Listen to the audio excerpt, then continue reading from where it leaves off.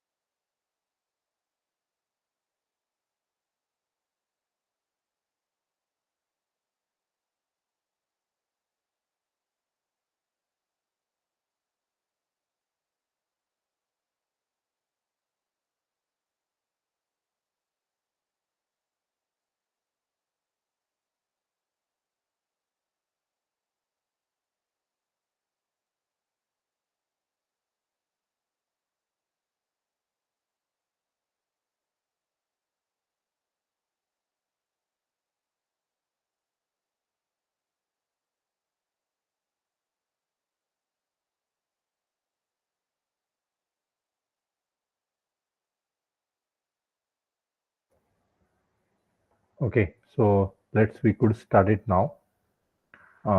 Professor, am I audible? Yes, Yashwant. Yes. Yeah, you Okay. are. So, dear participants, good evening, one and all. Uh, Very good evening to all of you. So I welcome you all again to the AICTE-ATAL Online FDP on 3D printed composites. This is the day 5 and we have a session 1 of day 5. So I welcome today's expert speaker, Dr. Mrityunjay Dodmani, as an expert speaker for day 5, session 1. So on a behalf of Department of Mechanical Engineering, Cummins College of Engineering for Women, Pune, I welcome you, sir, as an expert speaker to this session. Thanks, Yashwant. As a, to the set the tone for today, I likely to introduce our today's speaker, Dr. Mrityunjay Dodmani. So Dr. Mrityunjay Dodmani is an associate professor and presently serving as a chairperson of School of Mechanical and Materials Engineering at IIT Mandi. He is also affiliated faculty of Department of Mechanical and Aerospace Engineering at New York University, USA. His research area includes sustainable and secured manufacturing, additive manufacturing, and materials development for specified application. He has 3 granted patents to his credit and has filed 4 more patents. Dr. Mrityunjay has guided 15 PhD students and 12 more research scholars are presently working with him. He has published over 85 articles in international journals. He has a credit of H-index of 39 and citations 3,800 plus. He is a recipient of several awards. Few of them are Young Faculty Fellow Award by IIT Mandi for his significant research contribution in manufacturing engineering, Professor Satish Dhawan Young Engineer State Award by Government of Karnataka in 2023 for his work in 3D printing, and he is featured in top 2% scientist in the year 2021, 2022 and 2023, which is ranked by ranking list by Elsewhere BV. So we have a great personality in the area of 3D printing today. So I request Professor Mrityunjay Dudmani sir to please guide us, please deliver your session. Yeah, thanks, Yashwant. Let me share the screen. I hope I'm Yeah, audible. yeah, you are audible. Right. Okay. So I'll go for entire screen share.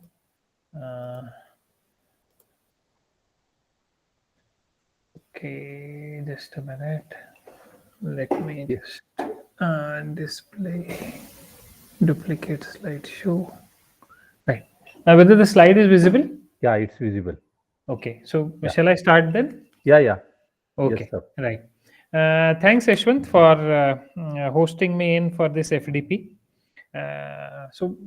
Few of my collaborators have already talked with you all, with all the participants. The first one, Pavana, is my collaborator from University of Wisconsin, as well as I think Jairaj. Yes, yes. Yesterday, he was also my collaborator. So Pavana might have talked about syntactic forms and its mechanics. We do collaborate with Pavana collaborates with us for that syntactic form aspect. Anyway, I'll just I probably Pavana might have talked about SLS of syntactic forms, architecture syntactic forms. I'll talk about FDM of syntactic forms. So initially, I'll set our journey, why we ventured into 3D printing. It is not that something fancy came in and then we jumped into it. There was a reason for that, and that's what I wish to initially talk about it. And then I'll just introduce about what work we do at Indian Institute of Technology, Mandi in Himachal Pradesh. So my research focuses on lightweight composites, additive manufacturing, nanocomposites, and machine learning and AI in manufacturing. Anyway, I'll not touch about machine learning in additive manufacturing or AI in additive manufacturing, as the next speaker is, I think, hopefully is going to talk about that. So this is my group's research focuses, and presently we are funded generously from various funding agencies in government of India and abroad. So we have a funding of around 41 crores for all these activities pertaining to these research focuses. So this is where I am from. I am from basically from Karnataka, but presently serving in Himachal. And this is let me just take the pointer. Yeah. So this is what was our campus in Himachal. This is IIT Mandi. So let me just talk about syntactic foam, though Pavana might have introduced about that. So this is the foam which is syntactic, and by word syntactic meaning together. So we are making the spherical particles to sit together in a matrix. That's how it goes. But these spherical particles are not solid, these are hollow. And because these are hollow, you can just imagine that there is one more dimension in addition to number of particles in the matrix, and that is why we call it as a composite. So in addition to the number of particles in the matrix, for the same number of particles, we can have a different wall thickness, and this different wall thickness makes it this to be thin walled, THIN, or thick walled, THICK. So when I say thin walled particle, and if we keep the particle numbers at same, let us say there are around 50 particles in the matrix, we get one set of mechanical properties. But if I say that those were thin walled, and if I replace them with thick walled, keeping the number same, that is 50 in numbers, what I mean by that is some specific volume fraction. So if we go for thick walled, mechanical properties do change. So this is what the beauty of syntactic foam is. So in addition to a volume fraction, for a given volume fraction, we can have a range of properties to be exhibited by this composite system. And when we say for a same volume fraction, a particular composite can give me different range of properties, that means I can use this syntactic foam for marine application. For probably I'll go with thin walled microballoons. Then I can shift with the same volume fraction for automotive applications. I'll go with some medium thickness wall thickness of microballoons, and if I go for thicker ones, I probably go for some structural ones, and then I can have a combination of these. I can change the particle dimensions in the sense the diameter, and then I can go for aerospace and so on and so forth. So this is what the beauty of the syntactic foam is. This is not new concept. It's pretty old one. It is since in place since 1955. So it is almost 70 years plus now. So this is what that slide says, that okay, we have a hollow micro balloons in the matrix, and the matrix can be anything: polymer, metal, ceramic, or so on and so forth. So we can control the wall thickness. You have a different property. We can control the size distribution. We can have a thick, thin together. We can have a different volume fractions. We can have a graded ones. So this is a basic concept, and we thought that let us exploit on this. And this typically looks like the same as our particulate composite, and the same scanning electron microscopy is shown here. So here we will see only the exterior surface. So but inside these particles are hollow, but these are really serves many applications to come forth with. So do we have these particles available? We do have. So commercially glass microballoons are available, silicon carbide, Al2O3, different shapes are available. Naturally we have fly ash as particles which are available, and that's why we exploited in our work with a naturally available environmental pollutant, and then we went into commercially available glass microballoons as well. These fly ash particles are nothing but the outcome of thermal power plants, and the outcome of thermal power plant, which is known as a fly ash, has three different types of particles.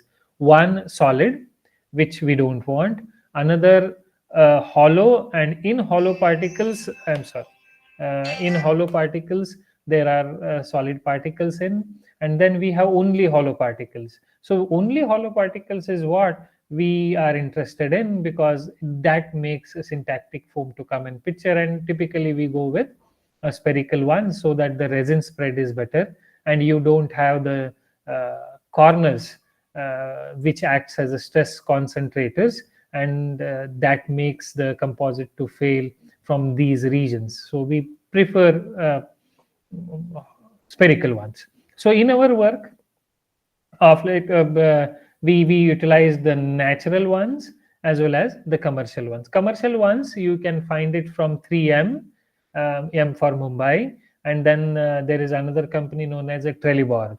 So these two companies supply commercially available glass micro balloons. So only issue is you need to find an application and choose an appropriate system, and then go for a particular series of these glass, because these glass again have a different series, electrical and sulfur content, and then we have different ingredients in or even you can code these glass ones which are commercially available, but ultimately it goes by what application you are going to deal with.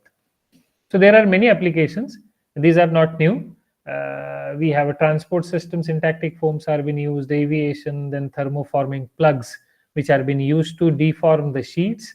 And again, these yellow ones which you see, these are the buoyancy modules, or we call it as a syntactic foam modules, which are used to rope in this pipe which carries the crude oil somewhere at a distance in the sea to the seashore. Because without these, the pipe which carries this crude oil sinks, and once it sinks, there is a chance of rupture and then the oil leakage. And that's why what we want is we want these pipes to always be floating on water. And how does it float? These mm, syntactic foam modules which you see in yellow in color, these make the complete pipe to be floated. So there are many applications. So there are buoyancy applications, marine applications, aerospace, thermal, you name it, you have it. And for all such applications, what is the requirement? The requirement is we want high quality syntactic foam. And what do you mean by high quality? When we say high quality, meaning we want defect free. That means we should not have any matrix porosity. As we are using hollow micro balloons, we don't want any particle fracture. We want a good interface between the reinforcement and the matrix, that is micro balloon and the matrix, and we want the properties to be controlled, and for that we are ready to pay any cost for these applications. So when we looked around this around almost 5 years back, that okay, all this is done, so what is that still left out to explore in syntactic forms. So as I said, from 5 years back, this is we had a syntactic forms for all this, and we these are commercially available ones. So we found and research gap somewhere here. So can we have a low cost syntactic form? That means, what do you mean by low cost? Means we develop a new product that is cheaper than the matrix material itself. So when we say we want a product to be cheaper than the matrix, meaning our microballoons need to be cheaper than the matrix, because if particles are cheaper and if they can replace matrix on a larger scale, like 40%, 60% by volume, what we call in composite terminology, then probably definitely we are going to achieve an product which is scalable. And that's what this sentence says. So if we can save in raw material uh, is enough, if we can save this matrix by infusing more number of cheaper particles, then probably we have a winner. And that's what made us to think, okay, so what are those applications then? So there are many applications around us which are not load bearing, which do not care about moisture absorption, and they definitely benefit from lighter density. And this is what it makes the syntactic foam to come in picture. And most importantly, as mentioned in the earlier slide, if particles can replace an expensive matrix, we have a substantial cost reduction. So then we just moved one step next. Okay, fine, then which is that matrix which is relatively expensive but has a huge consumption in the commercial space? And we found out that one of that thermoplastic is high density polyethylene. And what is the polyethylene's carbon footprint? It is just like 1 kg of HDP requires about 1.75 kg of oil equivalent energy per material. So HDP is more expensive than the microballoons because this was our target. So let the resin or the matrix be expensive than the filler, and which is microballoons. And what is the consumption of HDP? It's huge. It is almost 50 to 80 billion market across the globe. Then we looked around. Okay, fine. So we found out the matrix which is expensive than the microballoon. So what are the applications of high density polyethylene? And there are many. You know them. You just type it, Wikipedia will give you all of them. And a few of them I have just mentioned it in this image. So we have electrical junction box, we have a cap, we have a bearing cover, we have a gear. So now we got the application wherein we can save a lot of virgin plastic by infusing cheaper microballoons. And which cheaper microballoons are we talking about? We are talking about an environmental pollutant known as fly ash, or commercial microballoons available known as glass. So then we set our goal. Okay, so let us develop high density polyethylene syntactic foam with a goal of low cost system. Most importantly, this development should not be a laboratory scale development. It must be an industrial scale development, because we want to address the issue of scalability right at the starting of the research. And that is how we took the help of an industry which is having these machines to process thermoplastic polymer. And that is how we said, okay, let us crack this problem and have a green, low energy footprint, eco-friendly material at a much lower cost. And that is how our journey started. We started with high density polyethylene, as I mentioned. From fly ash, we extracted the hollow micro balloons, and then glass micro balloon was another commercial option. Please do remember, both these are cheaper than this. And this is most importantly is an environmental pollutant which is used to dump in the dump yard. So we said that, okay, let us utilize that which is hollow and replace the virgin plastic and try to develop some of the components which are in consumer zone. So this is how we started our journey. So we started with injection molding, and then we faced an issue in injection molding, and that's how we turn our face towards 3D printing as well. So this is what I'm going to talk about in today's talk. So as I said, this is an industrial setup. You can see this. This is not a lab in any institution or an organization. So we exploited the industrial scale 80-ton injection molding machine to produce for the first time high density polyethylene syntactic foams. This is just a sketch wherein you have an hopper, you have a barrel screw, and then there is a mold cavity. Through this, the material gets injected. Before putting these micro balloons, this is natural system, this is fly ash, into injection molding machine. We thought that, okay, let us just look around the morphology, because this is required for the reason that when we do theoretical modeling and then we try to compare the predictions of theoretical modeling with the experimental work, then there is certain deviation creeps in.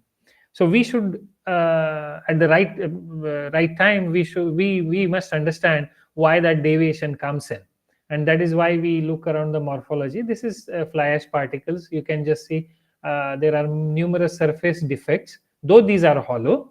These are naturally formed, which is outcome of a thermal power plant.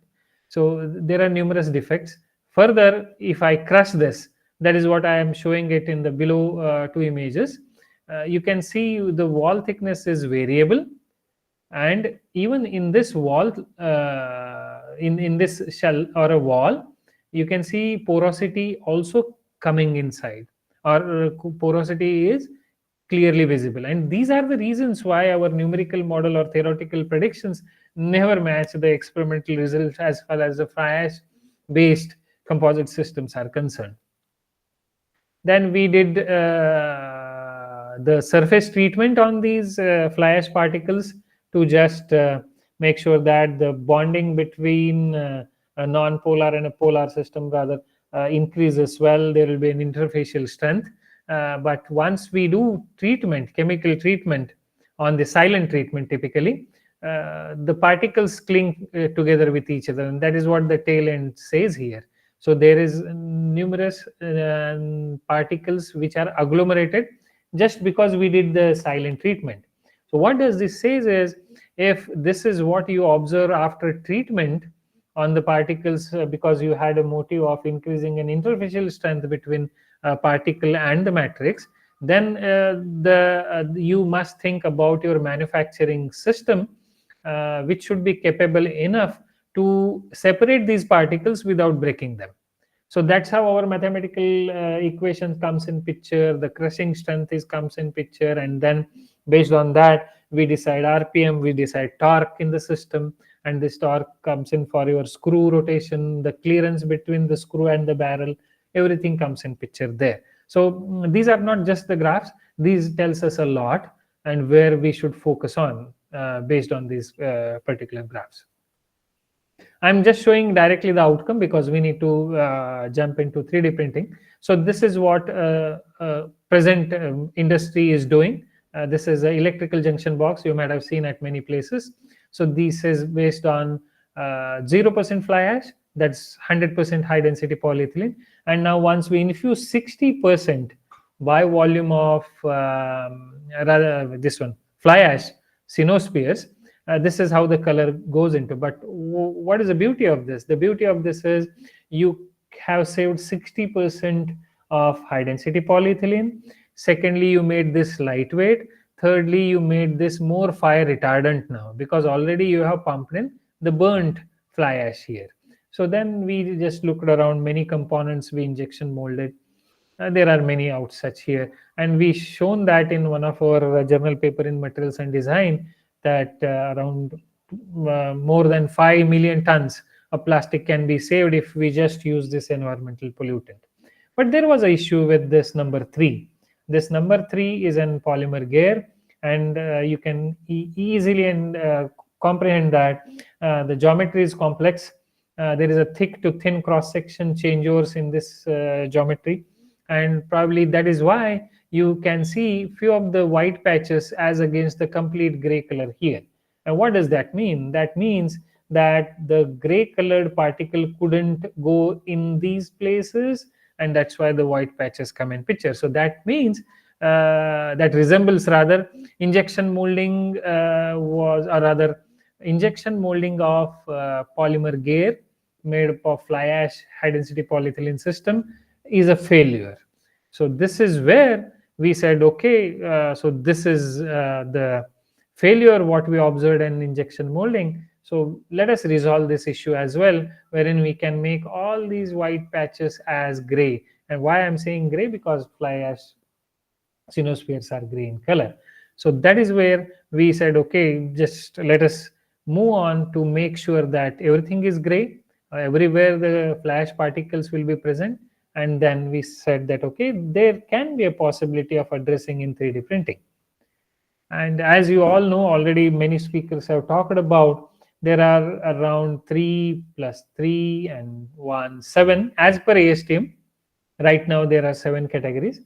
This field is evolving. There are multiple manufacturing systems getting combined. Many things are being explored. So let us go by ASTM. So as for that, 7 categories. And in this, because we were handling thermoplastic, so we thought that, okay, one possible thing would be selective laser sintering. Another would be material extrusion system. So instead of selective laser sintering, FDM systems, or FDM is a copyrighted word rather. So I would say fused filament fabrication, which is not yet copyrighted. So FFF system we thought of exploiting, because it is machine itself is an expensive one. No doubt we used an expensive one. I'll tell you the reason, and that is how we got the first DST funding in 2016. So we said, okay, let us use with metal extrusion, because this is cheaper than selective laser sintering. And here you all know that we start with a CAD file, or we use a 3D scanner to scan an existing component and then convert it to CAD file, and then go for an HTL file, and then we give an instruction to the machine to print it in a layered form. And once the layer starts building in a specified direction, you will realize a component. And this is what typical 3D printing is.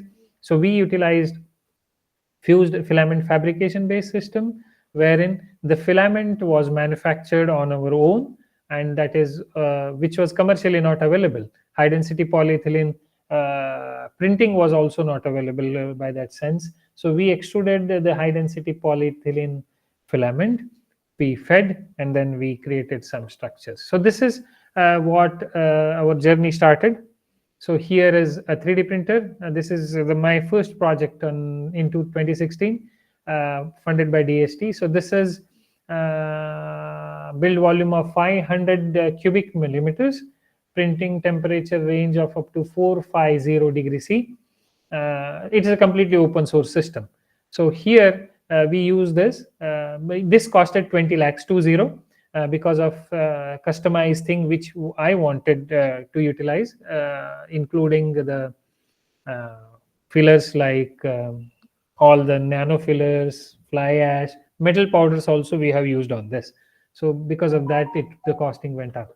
So anyway, so we used first the polymer blender, wherein we blended the matrix with the filler, and then this blend we chopped, fed in a single screw extruder, and the single screw extruder gave us a filament of specified diameter. This and this specific requirement of this was 1.75 plus minus 50 microns, 50. So that we maintained through this. There is another alternative for this. Instead of having, because this machine was available with us just and this got funded, these two got funded, I utilized this. But there is an alternative option also for this. You can go with a twin screw extruder directly, and if you have a sensor, then you can in a single go can compound, which is the job of this, and extrude at the same time in a twin screw extruder. So a single twin screw extruder should be sufficient. Later we added twin screw extruder as well, because we had certain requirement. And again, when you are going for a twin screw extruder, please make sure that which one you are going for, because there are two types. One is parallel and another is conical type. You can just explore that based on your application, of course. So alternative for this is a twin screw extruder, or we can go with whatever is available. So there are many things to be optimized here, and that is what I did mention here. One is a barrel temperature, another is a die temperature, screw speed, and takeoff speed. These two will decide the tension in the output, and which in turn decides the filament diameter. In addition, we have a 3D printer. So as I said, this printer costed 20 lakhs. The reason is I had a chamber heating also up to, I think, 120 degrees C, and this is way back in 2016. So we had different parameters to be controlled in 3D printer. One is a printing temperature, chamber temperature, base plate temperature, and a printing speed. We extruded host of things, so I'll not go in details of that, because already few of the speakers might have talked about what are those properties to be looked into for the polymers. This is a high density polyethylene.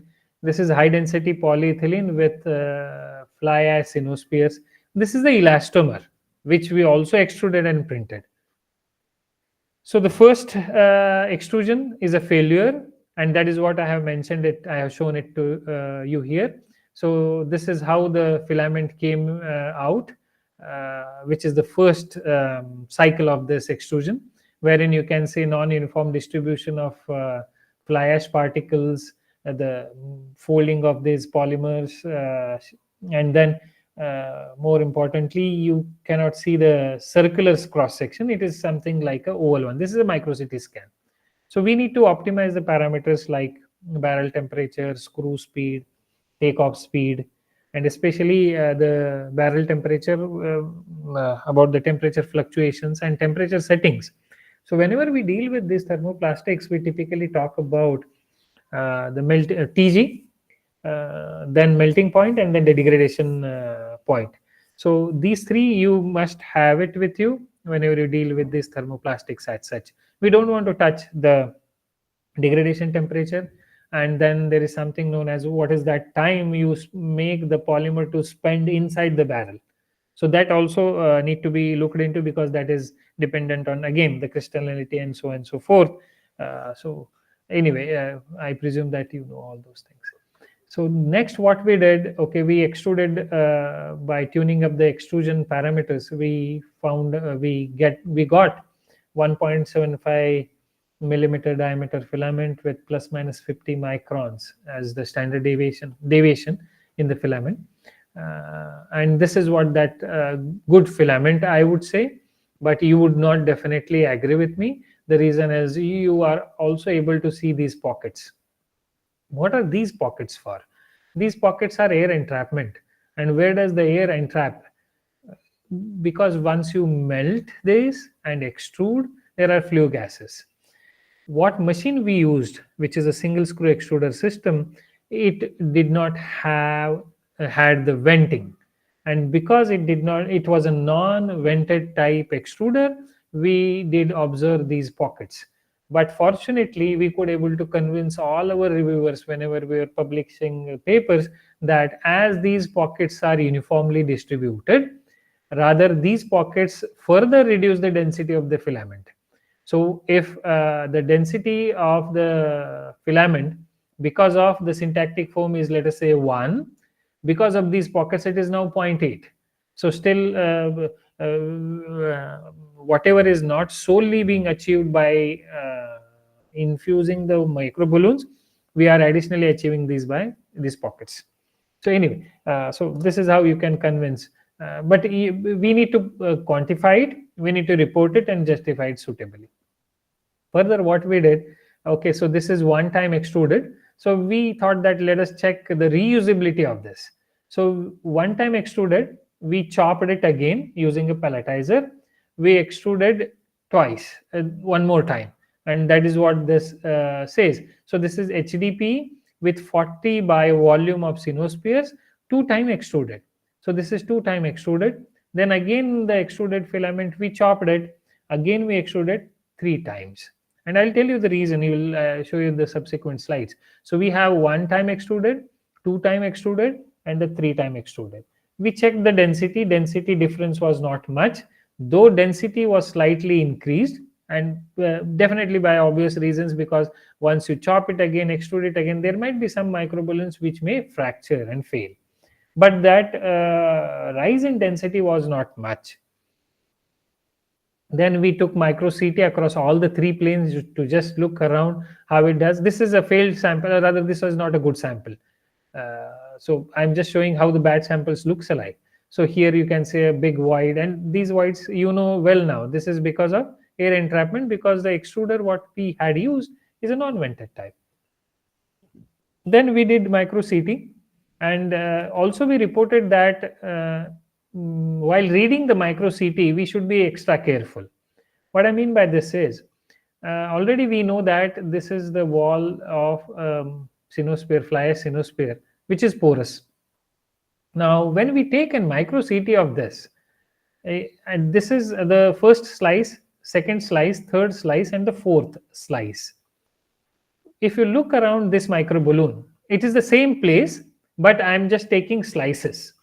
You will see a perfect white color here. What does this mean? This means micro balloon is intact, because many times we use micro CT to have certain observation that whether the particle or the filler is intact or not.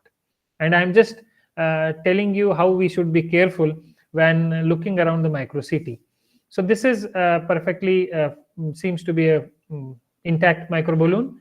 You can see a small gray color here, a larger gray, a complete rather breakage here of a white ring. That means, what does it this slice means? This slice means your micro balloon has broken, and here again it is joining back. What does this mean? This means micro CT should not be interpreted or rather I would say carefully interpreted whenever you're dealing with micro balloons, and especially with the natural fillers. Because, and why does this ring disappears and appears again? It is because of these microporosities. Microballoon has not failed, and that's why we should be careful with micro CT. And then, as I said, 2 times extruded. We are just talking about filament. We are not touched yet to the 3D printing. And then this is a 3-time extruded. We tested them for different strain rates, because this is also an important criteria. You do testing. Just a minute. Just few seconds, please.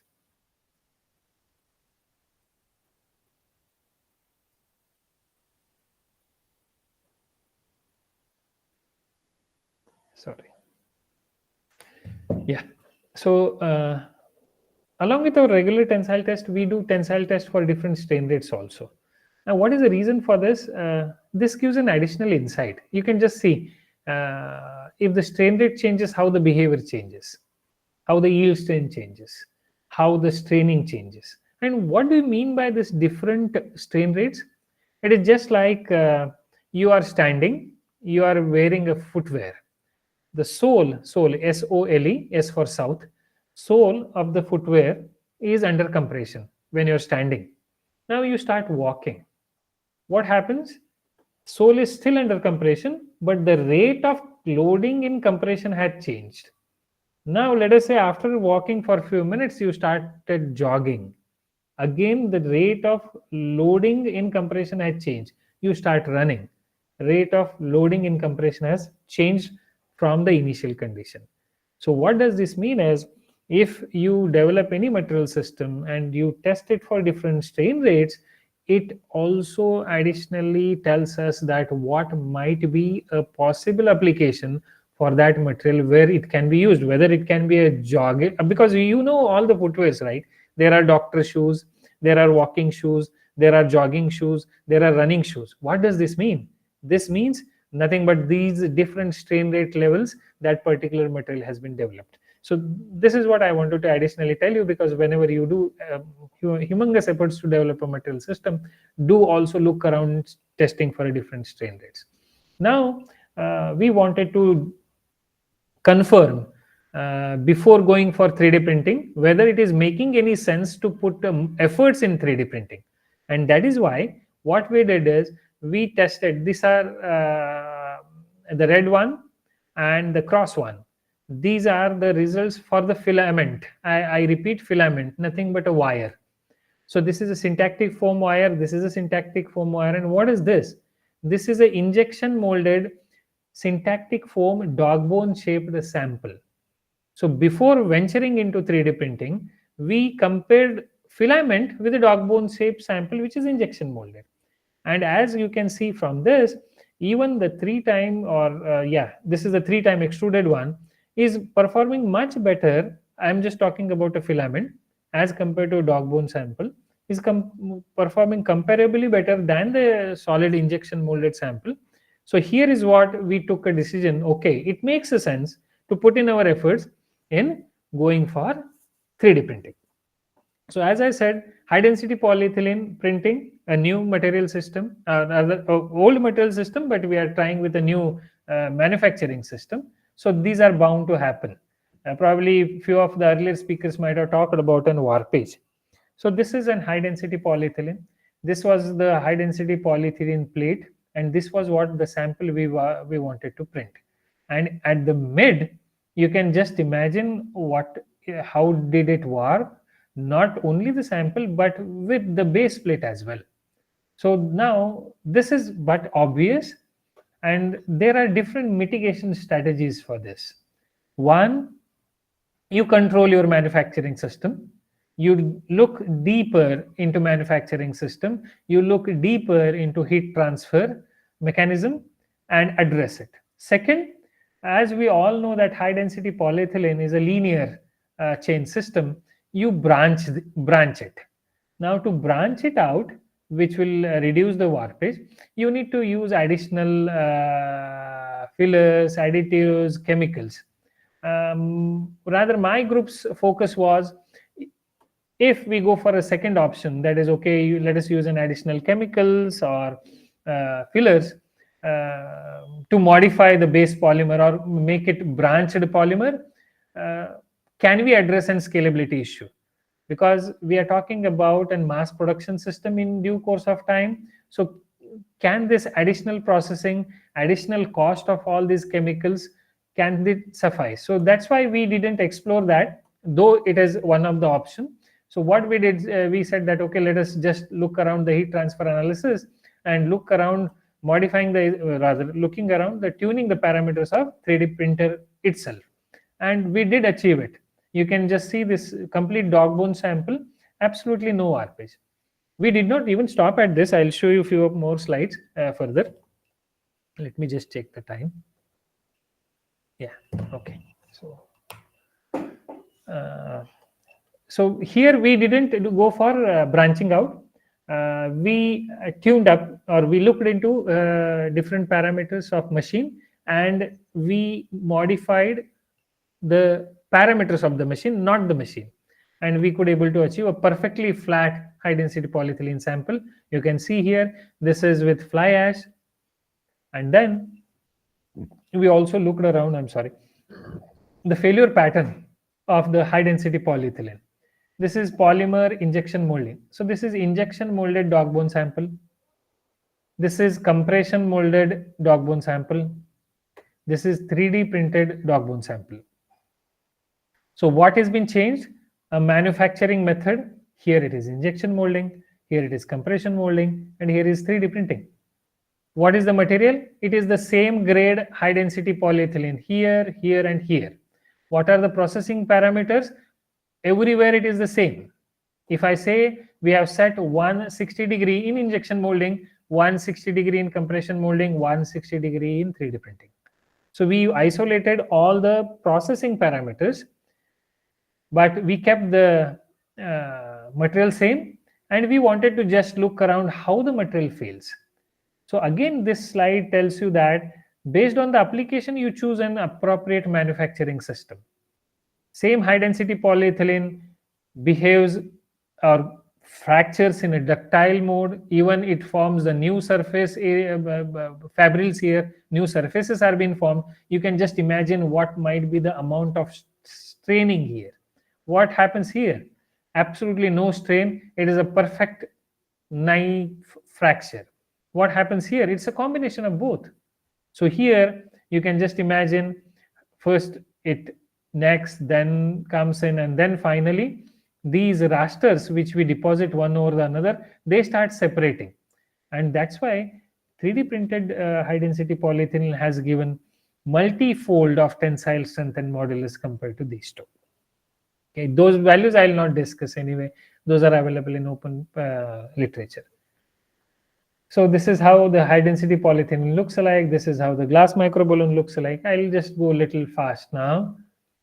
Then, as I said, commercially available glass microballoons also we infused it, and we could able to get the good filament. These are all microballoons, and these you can just see how they are comfortably sitting. A small push, this microballoon will just get shifted from its original location. Now, what's the reason? Because we didn't treat them. Okay, so this is as received without treated. So we did not add any compatibilizer in high density polyethylene, neither we treated these microballoons, because our intention was to just get the mass production done, because anyway treatment we know how to do it, what to do it, and anyway you also know it that with the treatment the strength specifically will increase, because once you establish a good bonding between the microballoon and the matrix, it will definitely do the effective load transfer. And then these are different parameters. These are all available in published papers. So here then we had the process window defined, and all these numbers are very easy to predict, because you have a TG, you have a melting point, you have a degradation point. So based on the systems. So here what we did new was we went with a sandwich structure. What I mean by sandwich structure, you have a layer, and you have a top layer, you have a bottom layer, and you have a core. So using the same 3D printer, because 3D printer has two nozzles, so we fed HDP filament in nozzle 1, and we fed the foam filament in nozzle 2, and all through we just manufactured a sandwich structure. I'll show that in next slide. And then we also compared our base properties as well. This is the slide. This is all available in this published literature. So here we just compared the compression molding, 3D printing. Then this makes sense, because until and unless you compare this, I don't think one should venture into 3D printing directly. So this is what is that sandwich. Can you? I hope you can see this picture clearly. There is a bottom layer here of a different color, same color top layer, and you can see a core of a different color. So this is where the glass microballoon infused HDP is present. Here pure HDP is present. Here also pure HDP is present. Now just imagine we have two different material systems. You have seen that how HDP warps. So here altogether different material system with a substantially different coefficient of thermal expansion and contraction, but you can achieve it. And we did not do anything much. We used the same 3D printer, same two nozzles, but only what thing was required is, okay, how to eliminate the delamination between the layers, between the skin. We call this as a skin and the core and the skin. Then how to just address the issues of non-uniform deposition on the skin. And we took SEM also. So when we cut these are bad samples, of course. So you can just see, this is the skin, and this is where is the skin. This is the core, and this is the entire core here. Can you just see what is the delamination coming in picture here? Because this is a multi-material system now.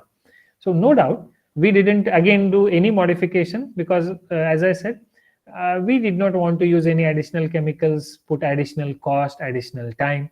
So again, we tuned up our own manufacturing system parameters, and you can see here skin core perfect bonding.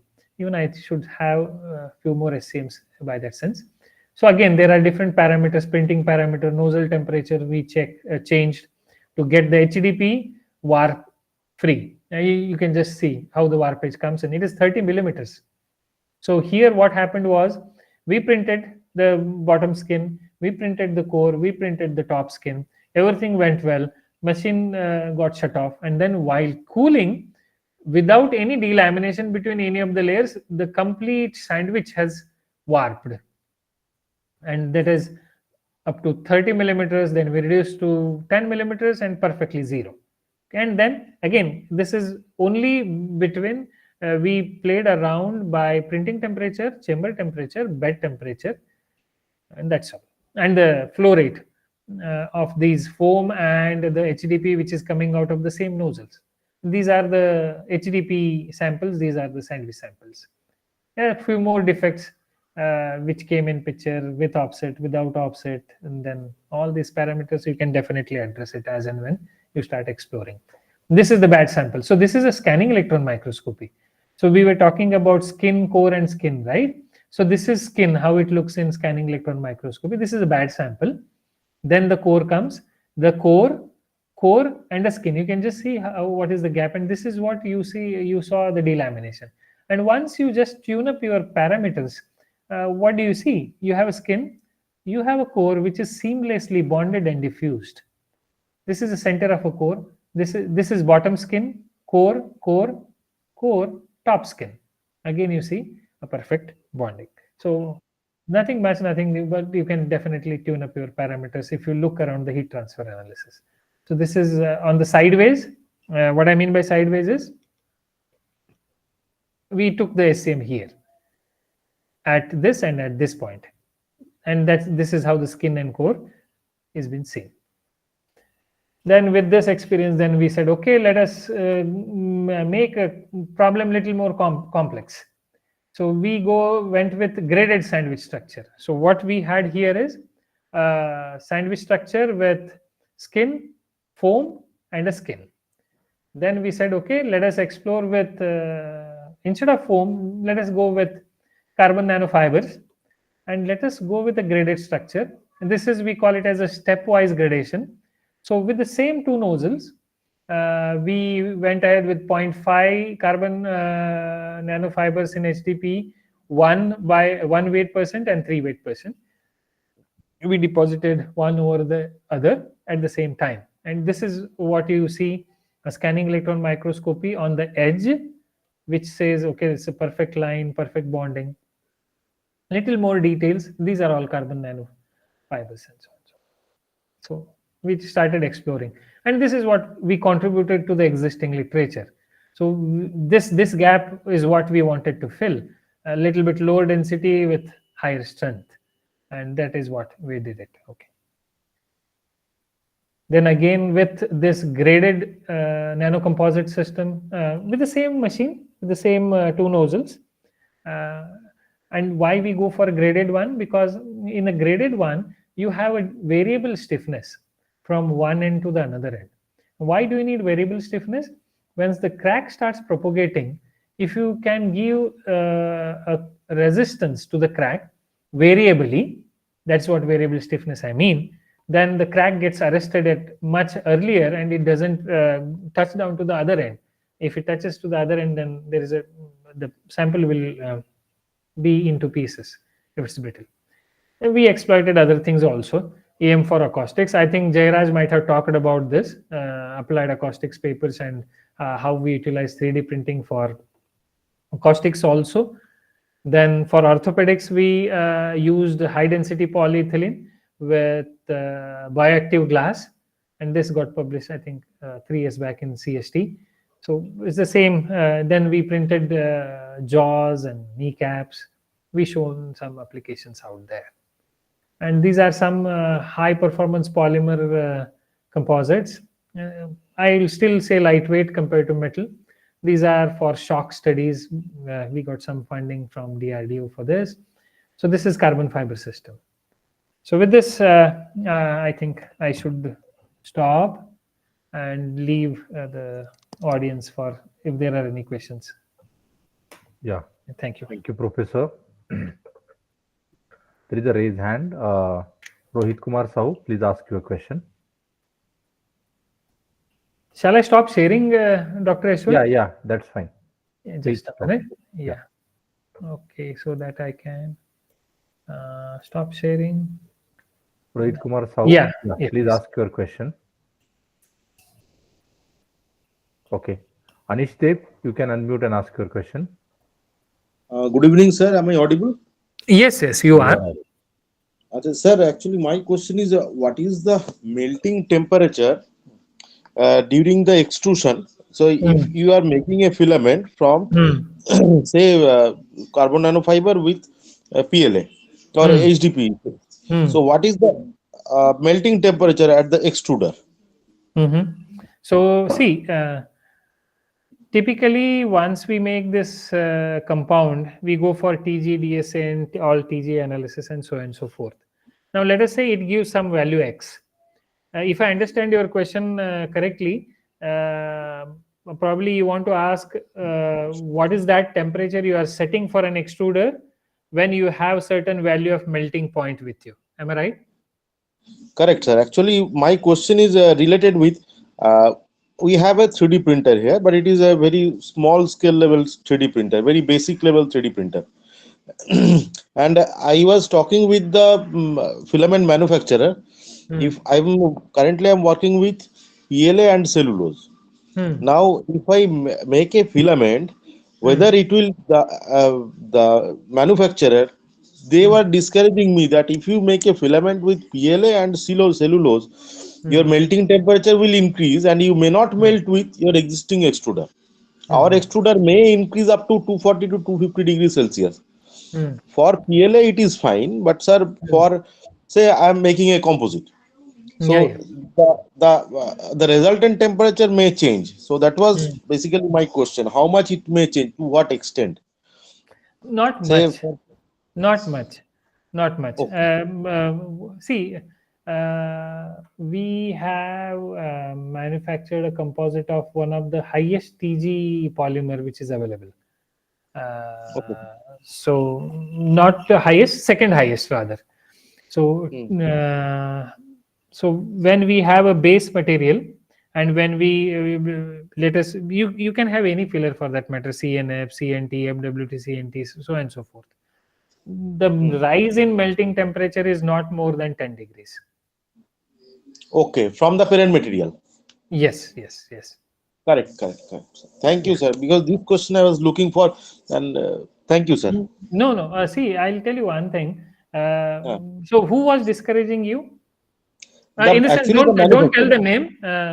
Whether the the manufacturer. I printer was talking with manufacturer them. or an extruder guy.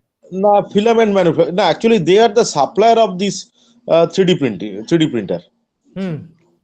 So I was talking to them, and they was discouraging me that don't go for this. Only PLA, it is 210 degree. It is fine for after mixing. The temperature may increase too much, too high.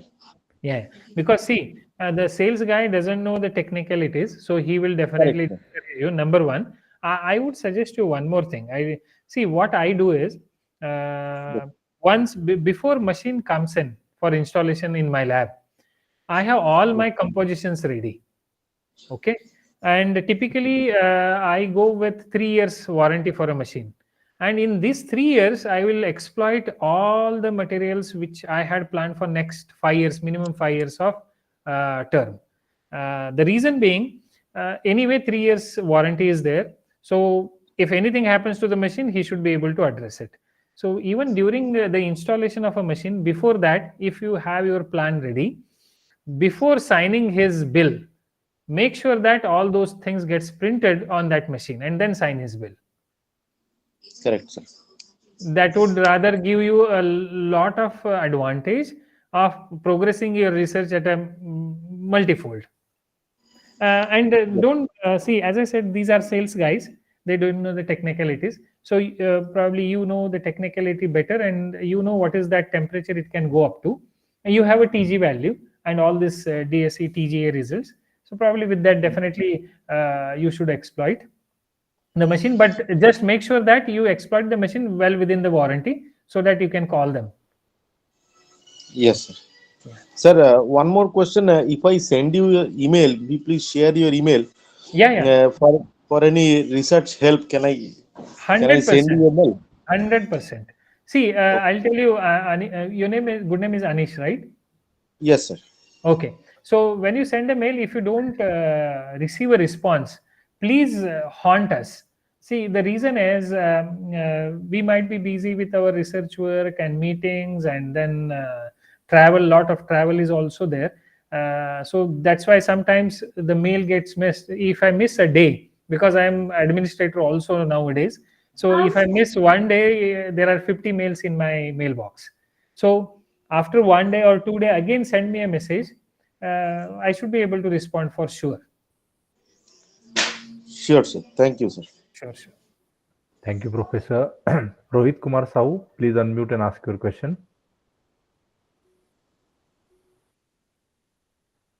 Okay, Dr. Amol Bhange, could you please unmute and ask your question?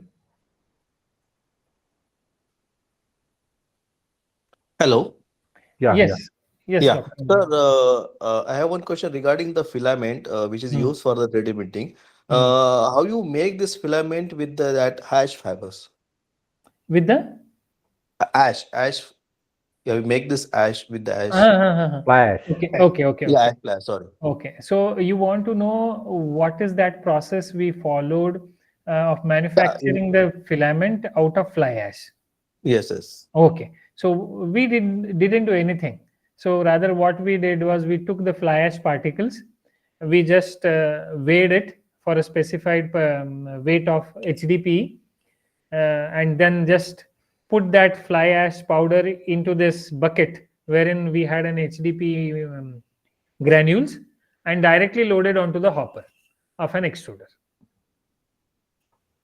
So is it any problems comes when Yes. yeah.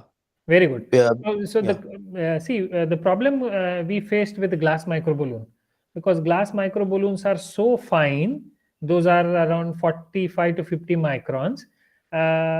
Injection molding, we couldn't able to do it because they used to choke the opening of this barrel. But with 3D printing, because of blender, so what blender I have shown, it has a space. Probably if you Google it out, or you might be able to, you might be knowing, we in mechanical terminology we call it as a lobe pump. L for Latin, O for orange, B for Bombay, E for English. Lobe Okay. pump. So this lobe pump is nothing but there are three starred a gear which rotates in tandem. So this blender has this lobe pump, and when we have this lobe structure, we have a lot of clearance for blending. It is just like duff, mixing water and atta and to make a duff. We have sufficient space. So in this polymer blender, because there was a sufficient space and because of the lobe pump structure, we blended the micro balloons, glass as well as fly ash in this structure. There is a rectangular cavity, square cavity. In the square cavity, lobe pump fits in. So in this, we blended it, and then we took out the entire mass, chopped it, and then loaded into a single screw extruder for extrusion. So when we were loading into the single screw extruder, it is already a blended system. So already the HDPE was with the micro balloon. Okay, sir. Yeah. For injection Okay. molding, we directly loaded it. You can also directly load it, provided, see, there are multiple strategies out there. You can make some coating on these granules of HDPE before loading into the hopper. So take it in a bucket, mix it with fly ash or glass micro balloons, and then load it. It is just like every granule of HDPE is been surrounded by 4 or 5 micro balloons which are sticking to it. So if there are strategies, no doubt about it, you can directly load it there. You can eliminate even the polymer blender. Okay, sir. Thank you. Yeah, thanks. Yeah, Dr. Ganesh Borikar, you could please ask your question. Unmute your Yeah. mic. Sir, my question is, whenever we are developing a composite filament through the extrusion process, Mm-hmm. so what specific care that we should take off? Okay. So here, I would say you should have a blueprint of the extruder what you're using. What do you mean by blueprint? And precisely what I mean by that, precisely I mean is what is the clearance between the screw and the barrel. Mm. This supplier will able to tell you. Let us say the clearance is around 100 microns. That means you should have your, it might be fiber, it might be micro balloon, at least 3 pillars side by side. They should sit in this clearance. So we use this concept of d by 2 d by 2 in riveting. So it is the d is nothing but the diameter of the particle or a fiber, d by 2, and d by 2 besides that is the clearance space should be available. So generally the rule what I look around is I should have d by 2, d by 2, d by 2, d and d by 2. And if I sum it, if I do the summation of all these things, should be 100 microns. So Okay. I hope you got my point. Yeah. So specifically, we need to consider the diameter of that whatever the Filler you are using. filler we are using. And these three, you just remember that at least 3 fillers should pass easily without hitting each other, without breaking or entangling, without getting entangled into each other, should pass freely through this clearance of the screw and the barrel. Yeah. So that is your first checkpoint, or that is your first constraint before you are choosing any filler to be extruded. So if you Okay. satisfy that, then that makes sure that okay, there will be homogeneous dispersion and distribution of whatever filler, whichever form it is, fiber or microballoon, so on and so forth, will be intact. Yeah. So that is one I am looking at that first as a first point. So once this is clarified to me, then I look around which polymer to be used, what is the melting point, what is the TG, what is the degradation temperature, and based on that, whether my extruders 3 barrels can able to supply that much heat. And Yes. then when we are processing it, these thermocouples should, whether they are consistently showing the reading, because there is going to be a fluctuation. So generally Yes. what I do is, initially, let us say I have a hopper of 5 kg. So I don't mind wasting around 250 grams just running the extrusion of the composite and just dump it as a waste, because this makes my heat transfer rate to be uniform in the barrel and the temperature readings of the thermocouples to be uniform. So that is another point which I look into. Yeah. And temperature distribution, any specific consideration we should take care of? Generally, your melting point plus 10 degrees, you can set it as the barrel temperature. No Okay. doubt, because what happens is, if you have an carbon fiber, these nano fibers, then the surface area increases, the temperature distribution changes. You have inorganic compound, you have glass microballoons. This glass microballoons itself becomes an insulator, because inside there is a air within the glass shell. So the temperature variations might come here and there. The generally plus 10 degrees, from 5 to 15 degrees is the variation which comes in, which I have seen over the years for handling all these different forms of fillers and matrices. Yeah. Thank you, sir. Thank you so much. Thank you. Yeah. Venkateshwaran, Professor Venkateshwaran, please Yeah. unmute yourself. Yeah, yes. Good evening, Professor. Good evening. So after making the filament, Mhm. what are the characterization I have to do so that it can qualify as a 3D printing filament, or I can use it in a 3D printer? Okay. The first thing what probably I would suggest is an tensile test, which gives you the moduli, the stiffness. That should be the first one. Second, you just in a rather common layman's terminology, you try to spool it up, and try to spool it up multiple times 2-3 times, and if it is getting spooled properly, then probably you are through with it. And most importantly, before going to 3D printing, let us say you are using certain polymer. If you have any data of that polymer, let us say tensile test, let us say we are going for PLA. So PLA's injection molded tensile modulus and strength, you should have it before printing PLA from extruded filament. So that is another counter check which we should do before jumping into 3D printing, because in 3D printing we need a sufficient stiffness, and that can be checked with this initial data of your filaments tensile strength and modulus as compared to compression molded or injection molded PLA's tensile strength and modulus. But make sure that you keep the same temperatures across. And compression molding and injection molding, these machines are readily available. I think people can share, or even in literature you can get it, get to know that. Thank you, Professor. Yeah, thanks. Thank you. There is a question. Yeah, Vaibhav Jain, you can ask Yes, your sir. question. Yes, sir. Hello, sir. First of all, it was a wonderful lecture, sir. I just Thank want you. to know that what are the challenges that you are facing when you are doing the 3D printing for the HDPE?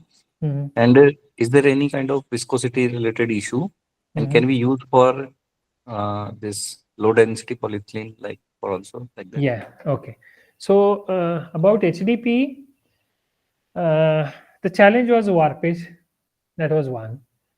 So we tried, rather we spent around 1 month to just try to reduce the warpage, because as I said, another easiest path was, this is linear, branch it out and your warpage issue has been resolved. But somehow, because I'm a manufacturing engineer, I don't want to go for additional chemical additives or additional cost and so on and so forth. So here, warpage is one issue which can be readily controlled by increasing the chamber temperature or keeping that temperature gradient in a way that warpage reduces. HDP, I have stopped working, I think almost 3-4 years, probably, yeah, 3-4 years now. So any issue, this is one, warpage is one issue, and then deposition is second issue. So you need to just increase, look around the printing temperature is one, anyway we find it out, but the flow rate, we call this as a multiplier. So the flow rate is per unit time, how much amount of molten HDP you want to liquefied, I'm sorry, I should not use the word molten, liquefied HDP you are throwing out. So that is one another parameter you should, this is one very critical parameter which can be utilized, and you can just tune it up, and based on that tuning up you can just address the issue of deposition as well. And whether this can be used for LDP and so on and so forth, yes, why not, definitely. Yes, sir. Okay, sir. Thank you, sir. Yeah, there is. Yeah. There is a question in the chat box. Can you suggest a good extruding system supplying company? Sir. See, it goes by budget. So one is Hake, is well-known company, but you're looking at in India, or rather whatever I have procured, single screw extrusion, twin screw extrusion systems, I have procured from Thane in Maharashtra. It is known as Asabi, AASAB, Asabi Machineries Private Limited. I'm not in touch with them since I think 4 or 5 years now. So, but still the company should be there. They are the people who manufacture single screw, multiple screw extrusion system, parallel type, conical type. There are many, but both my extruders I procured from them. And I found the people there to have a sound technical knowledge, and both the extruders are still working fine since 8-9 years now. I'm not promoting someone, but what is the fact is fact. Yeah. Thank you very much, Professor. Professor, are they this extruder supplier that you have named? Are they having the small scale or a mini extruder facility also? See, mini extruder, there is one major issue, and that is with the patent. Okay. So thereby, in India, there are no manufacturers for micro or mini extrusion. Okay. Probably you will get it from medium scale and high scale. Definitely, there are people. So medium scale, you have probably 1 kg, 2.5, 3 kg, 5 kg. From 1 kg, you will definitely find it out. Okay. A higher kg, like we have extruders of 100 kg also. And that is also there in Mumbai, but this is the machine which is imported from Germany, I guess. And Okay. that is for a specialized compound injection molding or compounding for that matter. Okay. One more thing that we have two filament making setups, as you mentioned. One is a mixing and then single screw extrusion. An alternative to them is the double screw extrusion. So passing the material twice through the thermal cycle has any adverse effect on the properties of that composites or materials? Yeah. See, definitely it does, because already, as I mentioned, we extruded 1 time, 2 time, 3 time. Brittleness creeps in because you are subjecting into multiple thermal cycles. Yes, I would not say adverse between 1 to second cycle, but it does affect. Or rather, as I said, we printed 1 time extruded, 2 time extruded, 3 time extruded filament also. And printing was perfectly fine. Rather, in 3 time extruded one, the warpage was minimum most. Okay. I had to again tune the parameters to just lower the temperature of chamber and printing and bed. But other way around, as we induce additional thermal cycle, definitely adverse effect in the sense of, see, again, it depends on whether you have compatibilized the polymer, you have treated the and so on and so forth. But brittleness creeps in. That is for sure. Okay. But general literature, what available that suggests that in repeated injection molding of cycles, there is a decrease in the mechanical properties of composites. Yes. Yes. But for your case, I saw that with a 2x and 3x cycle, yes, there is a betterment in terms of their mechanical properties. absolutely, because the filler were not treated. So this multiple thermal cycle was making rather probably mechanical locking between the chains of polymer and the filler. They were making it more close, more compact, sort of a densification of that sort. Okay. That's true. Yeah. Thank you. There is one more raise hand, Professor. Sure. Yeah. Sure. Dr. Pritesh Bansod, please ask your question. Yeah, just a minute. Let me answer this. Sir, what is the criteria for selecting a parallel or conical screw? See, we go for a conical screw extruder when there is going to be more pressure generated inside the barrel.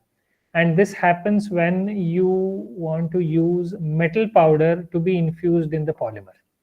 So whenever you want to use a metal powder, we did use the stainless steel and many powders as for that matter. So when you infuse the metal powders for a specific application, like you want to make it more conductive, more heat dissipative. So when you infuse metal powder, there's a back pressure. And for this back pressure to take into account, your screw has to be conical. Other way around, we use a general parallel screw extruder. Yeah. Thank you, Professor. Pritesh Bansod, please ask your question. Yashwant, you can call me by name, please. I'm a little uncomfortable with the word professor as well as sir. Anybody can call me by my name. I'm comfortable with that. I came by that name. I'm going to go by that name. Yeah, go ahead. Pritesh. Yes, sir. So, have you maintained the same temperature while extruding it 2x or 3x? Means extrusion temperature was same or there is variation? No, we kept it same. Okay. Yeah. Anish, could you ask your question, please? Actually, I have a request to Yashwant Munde, sir. At the end of this FDP, if you please share at least the email ID of the participants, so we can connect together, because I found many persons are working in my area. So at least we can connect to all. Surely Sure. do that. No, rather, you can get connected to S1 to get to know our email IDs, or if even you can go to IIT Mandi or even Pavana for that matter for University of Wisconsin. You will get their mail IDs for sure. Sure, sir. Thank Anyway, you, sir. Yashwant will share that. Yeah, Yashwant, please do share. Yes, sure. If we can be of any help for them, Yeah, I would be surely happy to help. Yes. So, there is one question in chat box. What is the minimum cost of extruder? Okay, so I'll tell you the. I'm sorry. I'll tell you the costing which I had to face in 2016.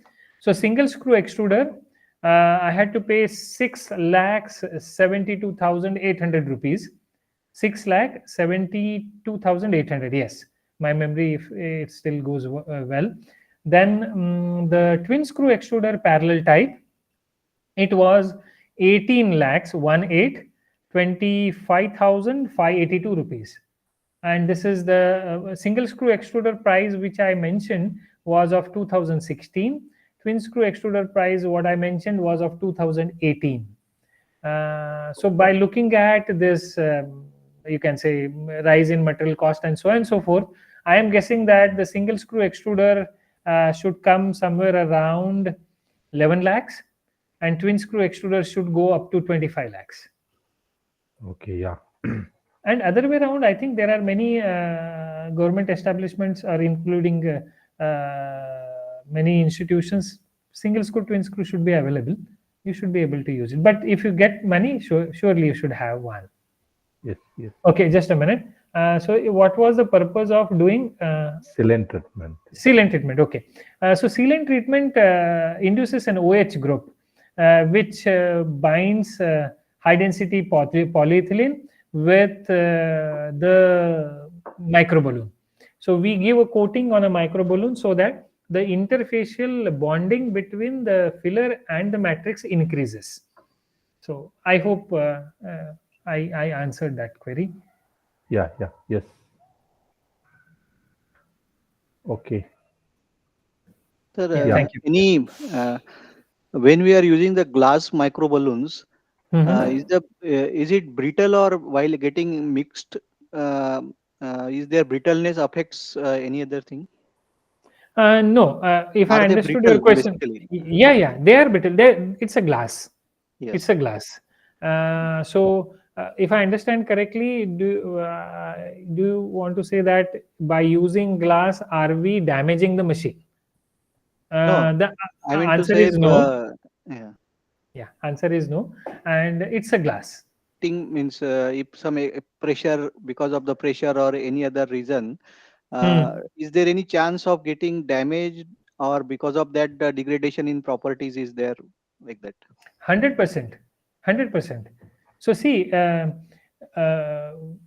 you should have one more thing in your mind is, for example, these microballoons. Every microballoon has a crushing strength. Some microballoons has a crushing strength of 1000 psi, 1000 psi, Pune, South India. Some microballoons have as high as 27,000 psi. So whether what is the application? You want more buoyancy, and it is just like this. You have a submarine. It has to go only 100-meter depth in seawater. You have one more submarine which you want it to go for 6,000 meters of depth. So if you want to develop a material for a submarine which is going for 100 meters of depth, I would use 1000 psi microballoon to develop a composite. But when I want the submarine to go for 6,000 meters of depth, I would definitely use 27,000 psi microballoon to develop a material system. And did I answer your query, please? Yes, sir. Yes. Okay. Yeah. So microballoons are there with variable crushing strength, variable buoyancy effect, density, and based on that we choose them. Okay. Yeah. I don't see any raised hand or a question in the chat box. So Right. probably we have end up with a Q&A session of this particular talk. Yep. So, dear participants, we are at the end of day 5, session 1. So, on a behalf of Cummins College of Engineering for Women and organizing team of AICTE-ATAL FDP on 3D printed composite, I'm very much grateful to Professor Mrityunjay for his insightful talk. Even as acting as an administrator, chairperson of a school at IIT Mandi, is a busy schedule. He accepted the invitation and delivered a talk to us. So on behalf of participant and organizing committee, I'm very much grateful and thank you for your kind session. Thank you very much, Thanks, Professor. Dr. Yashwant, and thanks all participants, because I know you are with your family at your home and still attending somebody's weird research. Thanks a lot for inviting me, Yashwant, Yeah, and thank you. And you can reach me out on my email anytime, any participant, if he requires anything. Thank you. Thank you, one and all. Thank you. Thanks. Dear participants, we have a session 2 rightly begin in couple of minutes. So please be in the meeting. Yeah. Yeah, Praveen Dandore, you have any question to us as an organizer? Please unmute and ask.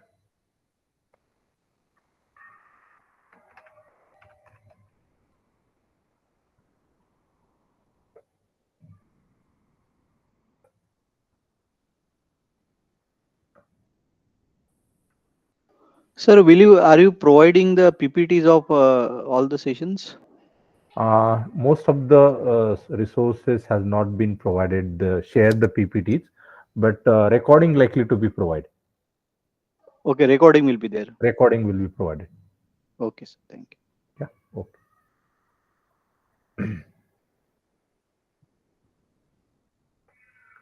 Okay, so just wait for a minute, guys. There are a couple of minutes for time to the speaker to get joined. So we could start.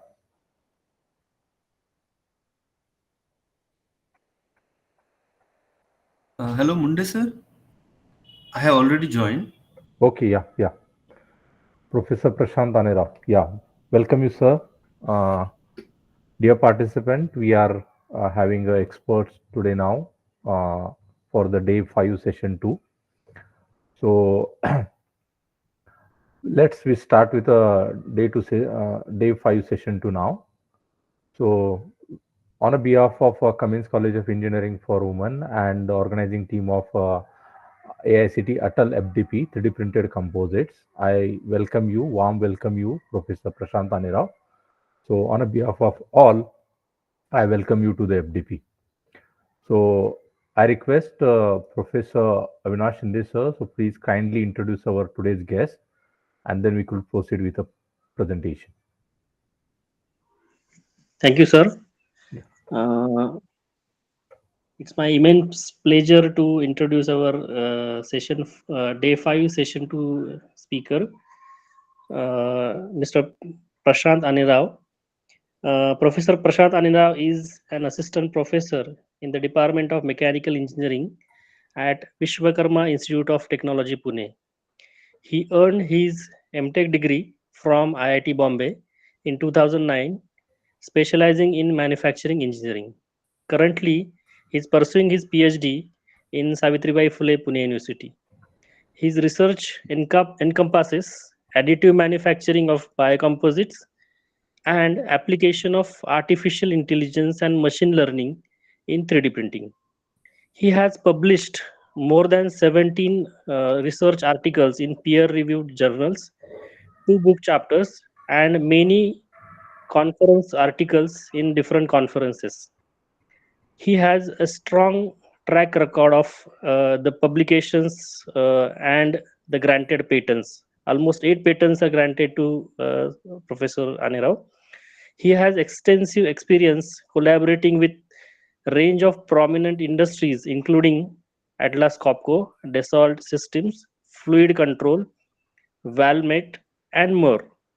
He has approximately 15 years of teaching experience, and his work reflects dedication to advancing engineering and technology with a focus on innovative practices in manufacturing and 3D printing. With this introduction, I request Professor Prashant Anila sir to please start his session. Thank you. Thank you, sir. Let me know, am I audible? Yeah, you are audible. Just a second, I'll share my screen.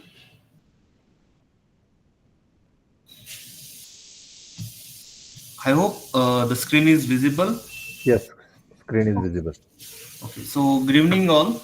I'm here to present my research study on mechanical property prediction of a 3D printed composite using FDM. Here, the prediction modeling is powered by Python. And also I'll add few points like parametric analysis using Python. So we all know FDM, which is also known as fused filament fabrication, fused deposition modeling, which belongs to a class of material extrusion, is the most commonly used additive manufacturing technique because the advantages like easy to use, the cost is low, the size of a machine itself is so compact, one can put it on a tabletop, and also it's very safe to use. Mostly FDM uses polymeric material like ABS and PLA. With the rising awareness related to environmental sustainability, eco-friendly practices, the use of a natural fiber or filler reinforced polymeric material is getting a lot of attention from the researchers. But the problem is with the 3D printed component, it lacks strong mechanical properties, due to which the functionality of these 3D printed component is very scarce. So, due to which people are using various types of reinforcement. Also, people are trying to optimize the process parameter because the mechanical properties of 3D produced component depends on first material properties along with process parameters. Here, the EM presents a challenge in creating or modeling mathematical relationship between input parameter versus output parameter. Mostly, we as a mechanical engineer look for higher strength or tensile strength, flexural strength, modulus, compression strength, impact strength, and these all strength or mechanical properties depends on basically two variables: process parameters of FDM, and second one, material properties.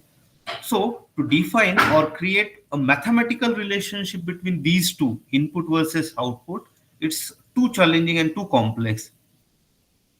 Now, the machine learning, on the other hand, has the ability to detect these complex hidden pattern. It can detect it can detect latent knowledge, and we can use this advantage of machine learning for prediction or to create or defining the relationship between output and input.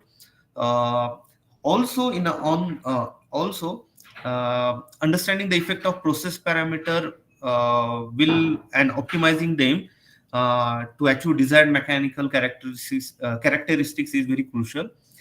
Based on our literature survey, very limited literature is available on prediction modeling of machine learning based on machine learning algorithms for mechanical properties, specifically of composite or biocomposite.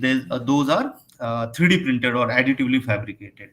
So this provides us a good avenue for further study. Now, in next slides, I'm going to show you the work I have done, we have done in the field of biocomposite, FDM, and implementation of machine learning. So first, I'll show you the methodology which we have adopted. The first task was to create a biocomposite filament. So in which, in our study, we went ahead with three types of biocomposite. In the first, we work on biochar PLA composite. the basic methodology was we added biochar in various proportion with polymer, which is PLA, mixed them together with a single extrusion process. We drawn biochar PLA composite filament. Step 2 is a fabrication of a test specimen using a lab 3D printer. Then testing it, carrying out mechanical testing for impact, flexural, tensile, and compression. Next, data collection. Now from hence onward, the implementation part starts. So we collected the data from the experimentation, completed the pre-processing, then implemented machine learning algorithm, and for further study to understand the effects of process parameters on the corresponding mechanical property, we use various tools and techniques to come up with these relations. So this is a general methodology of our research work. So here just in the first part, the composite filament which we have used, developed was biochar polymer. In second study, we procured commercial filament, wood PLA, and in third study, sugarcane bagasse PLA filament was prepared. So I'm going to discuss only two experiments, biochar PLA and wood PLA. So these were our composition for biochar. 0% biochar, that means pure PLA for benchmarking. Then 1%, 3%, and 5% biochar was added into a PLA, and in turn, 4 types of FDM suitable filaments were drawn of size 1.75 mm. Then we procured commercially available biocomposite filament wood PLA, in which 30% was wood filler and 70% was PLA. For our experimental study, we followed ASTM standards based on the literature review. Then the CAD models were prepared according to these ASTMs, according to the dimension provided in the ASTM standard. Further, STL files were created using various slicing software. We generated G codes. Now here, for generation of a G code, we need to select FDM process parameter. Now selection of a process parameter, their label are discussed in the further slide. Okay. Now about 3D printer which we have used is SmartMaker Dual Z200 3D printer, in which the bed size was larger, 300 by 300, and there was one more 3D printer which we have used is FlashForce Dreamer NX.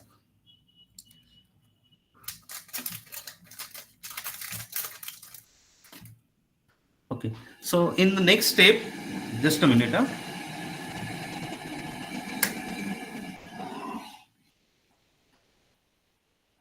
Sorry for that disturbance. So for our first experiment with biochar PLA composite, we needed to identify the key FDM process parameter. We took a help from literature, identified the key process parameter or the significant parameter. Like in the literature survey, we identified that the printing speed doesn't have that much significance or effect on the mechanical properties. So like this, few of the FDM process parameter were removed from our study, and we proceeded with 4 FDM process parameter. We started with first biochar content, that was the parameter related to material. The levels were pre-decided because we went ahead with 0, 1, 3, and 5% biochar. We defined the levels for remaining process parameter up to 4. So layer thickness 0.1, 0.2, 0.3, 0.4, raster angle 0 degree, 30 degree, 45 degree, and 90 degree. Infill density 40, 60, 80, and 100. And 4 patterns were taken for our study. So these were our key process parameter along with their corresponding level. Now, After identification of process parameter and their level, the next task is to design our experiment. Generally, people use Minitab software for design of experimentation, but many a time, as this is a commercial software, not each researcher or your UG PG students may have access to Minitab. So there is one more alternative. In a Python, there is a library called PyDOE2. This library can be used to design of experimentation, even though it's maybe a full factorial, fractional factorial, or orthogonal array. Out of this, I have used Tagochi orthogonal array for my design of experiment. So using Python, one can design the experiment. So for our experimentation, L16 orthogonal array was created using Python. So these are our 16 experimental run and corresponding values of each process parameter. Next, for wood PLA, similar study was done. We identify key process parameter. Now here we didn't had percentage filler content because it was commercially procured. We have used layer thickness, raster angle, temperature, infill density, and pattern. These 5 process parameter for conduction of and design of experimentation for wood PLA. With these 3 levels and 5 process parameter, we ended up with Taguchi L27 orthogonal array. This table presents the detailing about it for each experimental run, the corresponding process parameter. Now, after that, we produce 3D printed test specimen according to the design of experiment. For repeatability and accuracy, we printed 3 samples of each test run. We tried for 5, but for higher biochar content, many times we failed to print 5 specimen due to nozzle clogging and some other issues. Okay, so now all the physical 3D printed test specimen were tested mechanically for tensile, flexural, and tensile, flexural impact and compression. These are some setups and fractured specimens of wood and biochar PLA. Now, next task will be collection of a data. So we carefully recorded FDM process parameter, the composition of material, along with resulted mechanical properties of each run. And for each specimen, we carefully recorded that data into Excel. A small glimpse of that I'll show. So like this, we had a large collection of a data. Now henceforth, these process parameters along with material parameter will be treated as input parameters, and mechanical strength, modulus will be treated as output parameter. Okay. Next, here I'll show you the flowchart methodology which we adopted for implementation of a machine learning for prediction modeling. We chose to go with Google Colab. This is a free Python platform available, which doesn't require any kind of setup, doesn't require to install special peeps or libraries. Mostly things are readily available there. So the data collection was done. We collected the input parameter and output parameter, that is mechanical property, in Excel. After that, in a data pre-processing, we converted the data into CSV file, and that data was imported and read into Google Colab. Then in our input data, there was one categorical variable like infill pattern. So infill pattern was defined as cubic, line, octet. So when we implement these kind of categorical variables for machine learning, it's better to convert them into a numerical form. So we encode them as 0, 1, 2, and 3. Now, in some cases, in some of the application, we have seen that sometimes we need to normalize or sometimes we need to scale the data, like for example, wear rate. So, or wear of a material. The data output data is in very much decimal with good precision, like 0.0001. So using that kind of data may not be suitable in a machine learning. We need to scale it. So this is one of the thing one need to take care in data pre-processing. Then the next task will be splitting the data. So we have experimental data. That data was splitted into training and testing. We kept testing data to 20%, and remaining 80% was used for training purpose. There is a key term called as random state. That means how much or at what percentage the selection of testing and training data should be done randomly from the complete data set. Okay, so we chose to go with 100% random state. Next will be machine learning model selection. Now we have multiple types of models, multiple classes of machine learning models, algorithms available. So one needs to look into their own research study, what type of data they have. Based on that, we need to select appropriate machine learning models. Next will be model implementation. Now here we need to implement our models. We need to define the variables, use various libraries to implement machine learning models in a Python. Next will be model training using .fit method. We select the train data and test data and train the data and do the training. Next is testing. After that, we calculate the error, or you can say accuracy, for each machine learning model. We call that as a performance evaluation, or sometimes it is called as error evaluation matrix.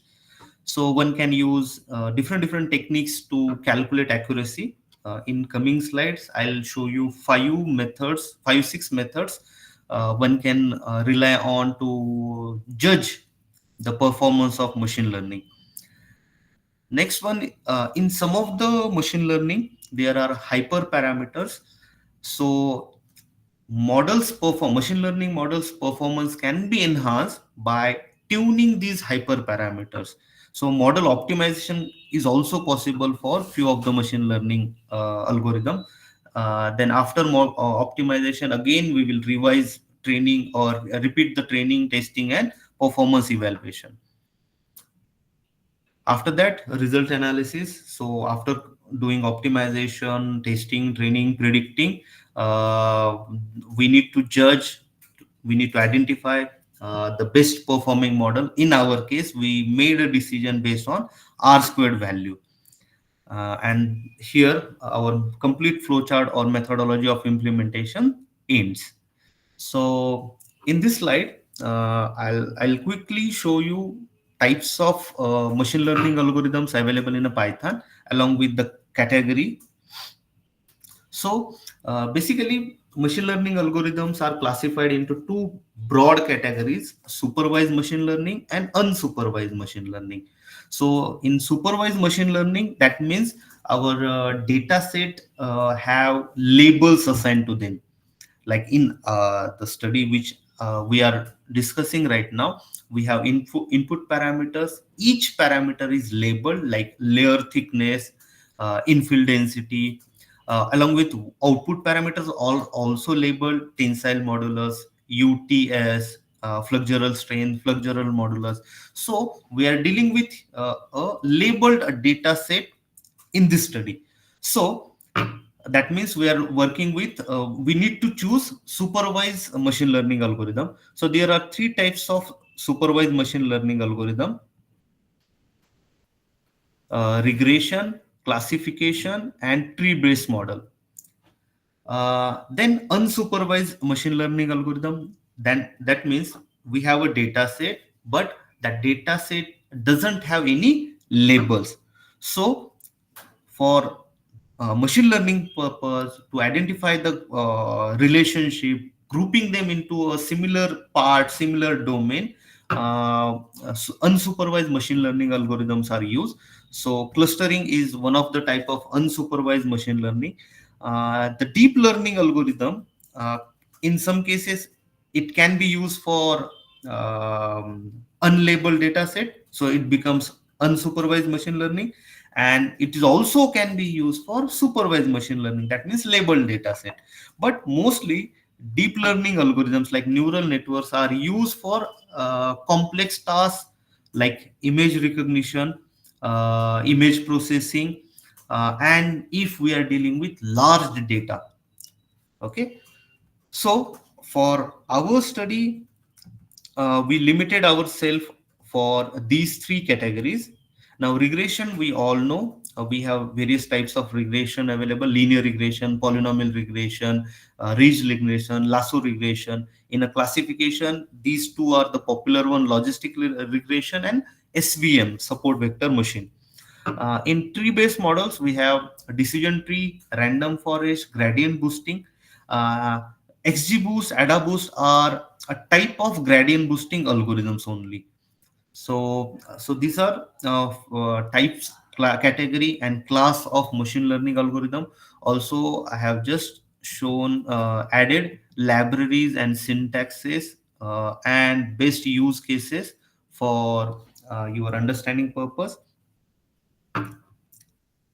Next, here I'll show just quickly steps, the actual code of machine learning which we have implemented. So here we started with importing required libraries like Panda, NumPy. Then mostly our machine learning models are under sklearn library. So the required tool like train test split, then required models like linear regression from regression class, SVR from classification class, AdaBoost and XGBoost from tree-based model, or ensemble. It is also called as ensemble machine learning model. So those models, tools, required libraries are imported. Step 2 is data pre-processing. That means importing CSV file, our experimental data, into Python library, conversion or handling of a categorical data, then defining input data as X, output data as Y. Step 3 is the splitting of a data. Here we have split the test data to 20%. That means the training purpose, 80% of the data from this CSV file will be used, and the random state which we have defined as 100% or 100. Step 4 will be now model implementation. Just to show the people who are very much beginner or new to machine learning, you can see with only simple 3 lines of a code, we have implemented the machine learning algorithm.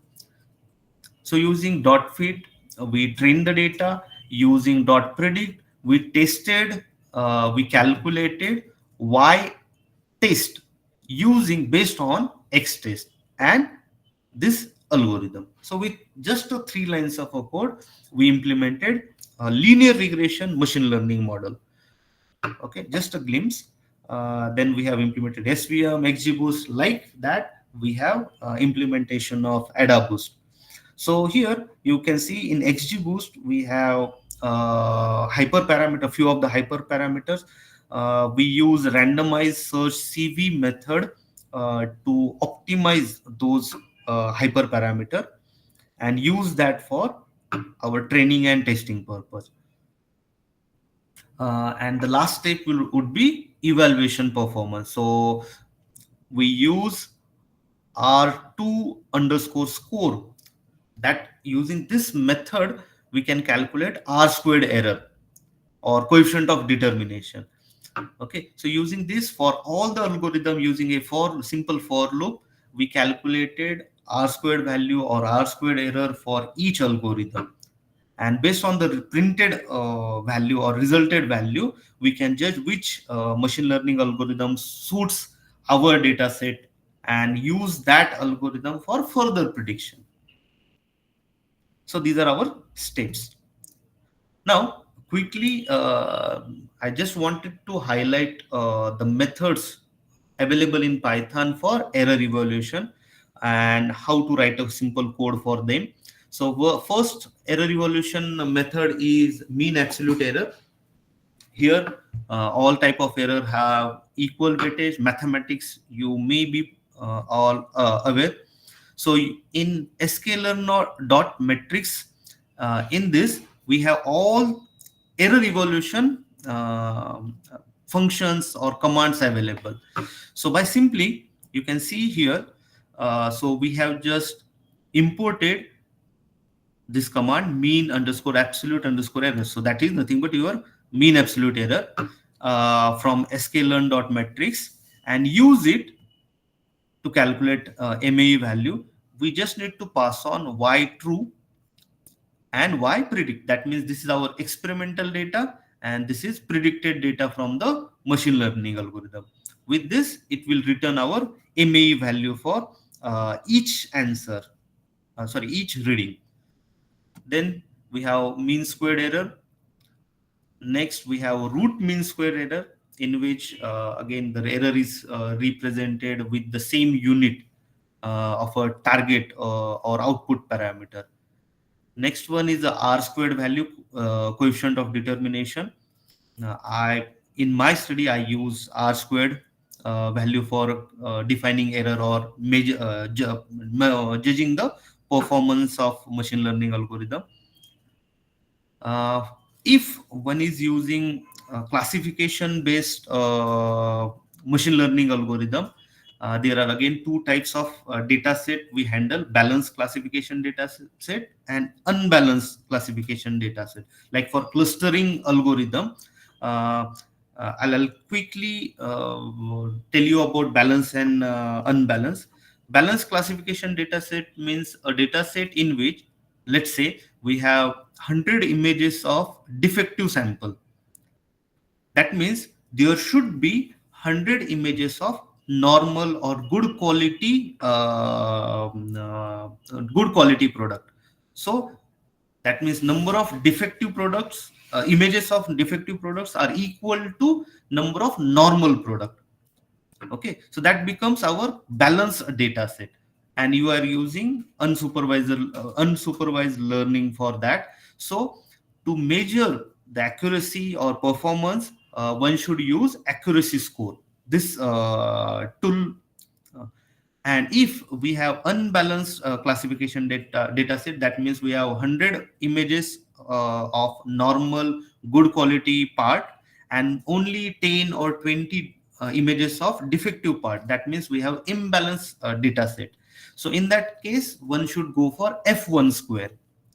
F1 score for calculating error. So this is about error evaluation matrix. Now further, the output from Python will be your R squared value. Further, what you can do, you can use print and Panda library to print the answers, but those answers will be presented in a Python, in a console. Copying that and pasting into a table or in a Word file will become very much cumbersome. So instead, we should extract the data from the Python in Excel or CSV file. So in our research paper or in our presentation, it will be very much easy to handle that. Okay, so this is just simple sample code by which we can convert the export the data from Python environment into a CSV file. So if we execute this code, .xl or .csv file will be generated in the memory. One just need to download that. Okay, and then further we can use that Excel for our result analysis. So now, as we may end up with larger table or large data set, my recommendation would be results of prediction should shown with the help of scattered plot or a residual plot. Again, those can be done using Python.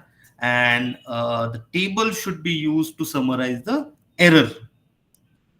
Like here in our first study, these are the graphs for mechanical property prediction using various machine learning algorithm. Figure number 4 shows you the output of linear regression, and figure number 5 is the results of XGBoost machine learning algorithm. Now one can easily see the square dot represent your experimental mean value of a mechanical property, and a circular red dot represent predicted value. Okay, so here you can see the predicted values are all over the place. It is scattered. There is lot of deviation from the experimental value. But on the other hand, in this graph, one can see the prediction looks very much close to the experimental mean value. So from these plots, we can say that the XGBoost performance is better than the rest. Also, for our biochar PLA and particularly for compressive, here in a single graph, we discuss about compressive strength and compare various algorithms. So in earlier case, there were too many material properties for one machine learning algorithm, and here machine learning algorithms are compared for a mechanical property. Now here also the SPM linear regression, the performance was poor, and for XGBoost the performance was better. You can see mostly in the most of the data set, predicted value and true or experimental value coincide. Now these all graphs are again generated using Python only.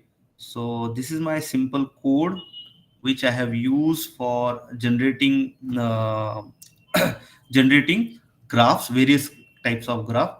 One advantage you can see here by using for loops and the data collected from data extracted from CSV file, we can generate a single graph, something like this. So here the quality of graph is also we can define. Mostly in most of the journal they ask for 300 dpi of a figure, so we can set appropriately and generate a good quality graph. We can manipulate this to write label. Even if you zoom in, you will find that the figure doesn't get scattered or damaged. And then you can just save this image in JPG format or PNG format. Coming back to the slides. Further, these are my results for just a minute. I'm unable to minimize this window.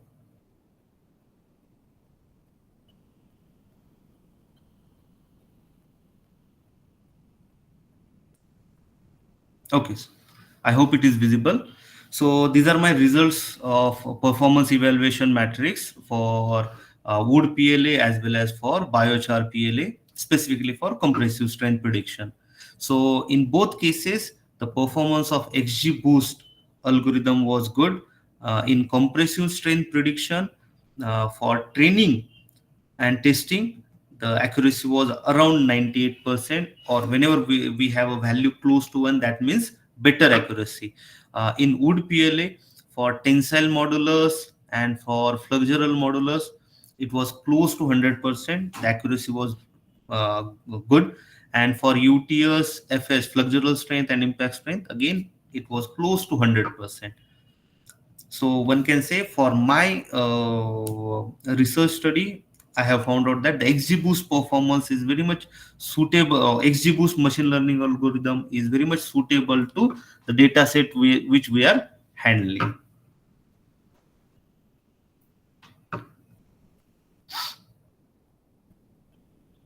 Now, Now I'll switch over to another topic. So this was the part of machine learning.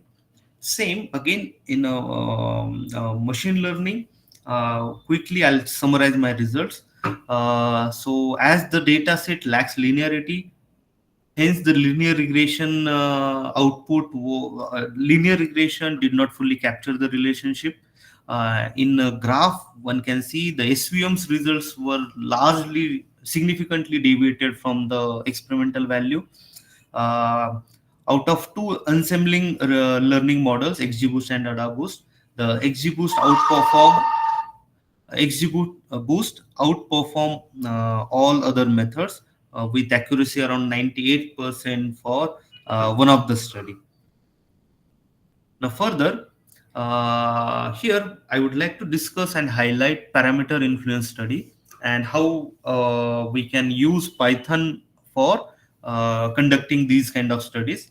So the strength, tensile, flexural impact, compressive strength largely depends on process parameters. Like in literature survey, we have found out that infill density and layer thickness has too much contribution towards the strength. Identifying these most influential parameter will ensure good mechanical property to enhance their maximize their values. And in some specific application, if one required, like for one of the application, the bending strength or a flexural strength should be highest, then based on the parametrical study, one can identify which parameter has to be taken or given the highest priority, and what should be the best value to enhance the flexural property. Okay, so instead of going with the trial and error method, the parametric analysis will enable us to systematically approach towards the optimum settings, optimum process parameter. This will guide us to customize the process setting for tailored strength or tailored performance. In one of the case, like if infill densities increase, obviously the tensile strength increases, but it also contributes a lot into the weight of a complete part. So some parameter may improve one property, but may have contradictory effect on the other properties. Now, particularly for composite material, they exhibit unique mechanical behavior. So for each type of composite, one has to do in-depth parametric analysis to understand the effects. Okay, so one can leverage statistical and machine learning algorithms techniques to quantify the significance of process variable. So this study I feel is important. Now, in Minitab, mostly we use ANOVA to identify the significant parameter, to quantify even the percentage significance of those parameters. Now, as I discussed earlier, Minitab is a commercial software. May not all the researchers will have hands-on. So, similar kind of tools are available in a Python. Using scipy.stat and importing stats model, one can easily do ANOVA. In PyDOE2, using that tool, one can define a design of experiment, create a design of experiment. Then there are few more tools one can explore for similar purpose to analyze process parameter influence. Like we have a PDP, partial dependency clause. The output will give you the optimal settings of each process parameter considered in the study. Then we have a sensitivity analysis. It identifies the most influencing parameter. One can also quantify it. Then next one is feature importance and gradient importance analysis. Both ranks the features. Now in machine learning environment, when we say feature, that means input parameter, and when we say target, that means output parameters. So if one is using classification based machine learning algorithms, then they should use gradient important analysis, and for supervised machine learning algorithm, feature importance is good, as per as my understanding. Then there is one more tool, correlation analysis, but it is evaluated at as a linear relationship between input and output. It defines the values from 0 to 1, 1 being closely correlated, 0 means not related. Then there is one more avenue called explainable AI, in which we have Sharp and Lime tools. Both creates or gives you explanation of each parameter, and also provides feature importance. That means ranking of a process parameter. It gives you two kind of plots, positive and negative. Each parameter, is this parameter negatively affects the value or positively affect the value. On the other hand, Lime does the explanation or ranking of a process parameter and analyze the influence, but at the local level. That means for only one data, for local instant, it dives into the results and try to rank them and try to provide some kind of explanation, but it is only applicable for local instance. So these are around 8 tools for analyzing process parameter influence. Few of the tools we have implemented in our study.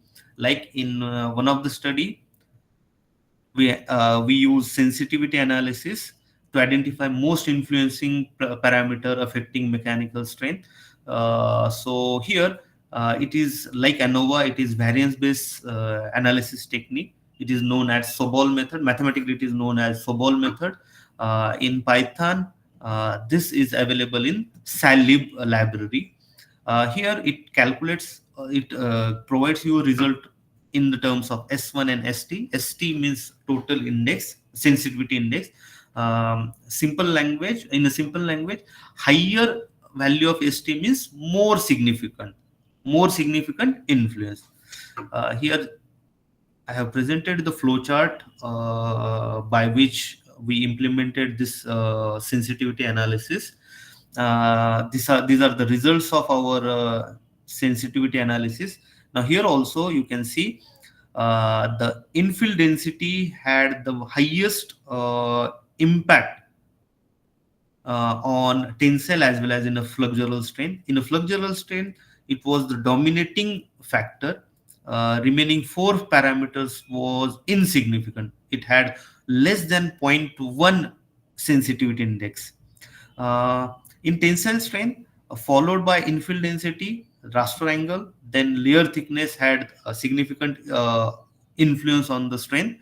Infill pattern didn't have that much contribution to the tensile strain as per the analysis. But here for impact strain, our reinforcement biochar content was the most dominating or significant. More than 60% dominance was of biochar, and followed by infill density. Then in another study, ANOVA, similar kind of results one can see for mostly for all type of mechanical properties. The significant parameter was infill density. Only for tensile modulus, the layer thickness was the significant one. Then here I have presented the result of feature importance. Now this is based on XGBoost model for UTS, then for flexural strength and impact strength. Again, by feature importance also, in impact strength, biochar content had the most dominance. Now I have used PDP to find the optimal process parameter setting for one of our results. So here A represent ultimate tensile strength of biochar PLA composite material, which is 3D printed. So layer thickness, optimum setting of layer thickness is 0.3. Then the raster angle close to 30 degree was good. Infill density optimum around 80%. Infill pattern, the 2 defines octet pattern. So octet pattern, the performance was good, and the biochar content, 3% biochar content is optimum for having maximum UTS value. So similarly, we can identify the optimum process parameter for flexural strain, impact strength based on PDP analysis. Now, I would like to summarize my lecture. This lecture explores FDM-based 3D printing of polymer composite reinforced with natural fibers. It enhances sustainability and also the mechanical property based on our results. The results of mechanical properties were better for composite rather than pure PLA. Here, by leveraging machine learning model, uh, the need of extensive experimental testing can be reduced. In turn, it will save time, cost, resources. We discuss methodology for implementation of machine learning model to predict mechanical properties efficiently. Also, we have demonstrated various tools available in Python to do to draw graphs, to convert data from to retrieve data from Excel. Sorry, Python to Excel. Also, tools to analyze influence of FDM process parameter on output properties like ANOVA, sensitivity analysis, PDP are discussed. So this implementation of machine learning model further will can be used to optimize FDM process parameter. Again, after that, one can explore AI tools to for optimization purpose or various machine learning tools that can handle the complex relationship between input features and output target values in the 3D printing domain. So these are the research contribution behind this lecture. There are 3 journal paper published related to our study, and 2 conferences, papers presented in conferences. The major research contributors along with me were Dr. Atul Kulkarni, Dr. Yashwant Munde, and Dr. Namrata Kharate.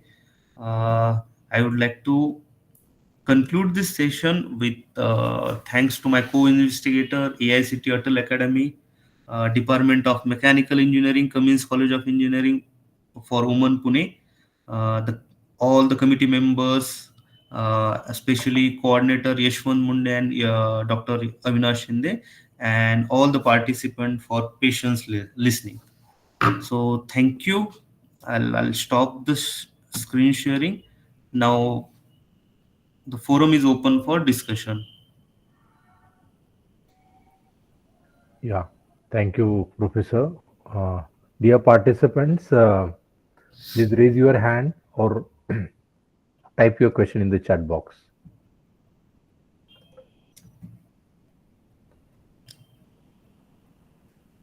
Dear participants, please raise your hand or type your question in the chat box.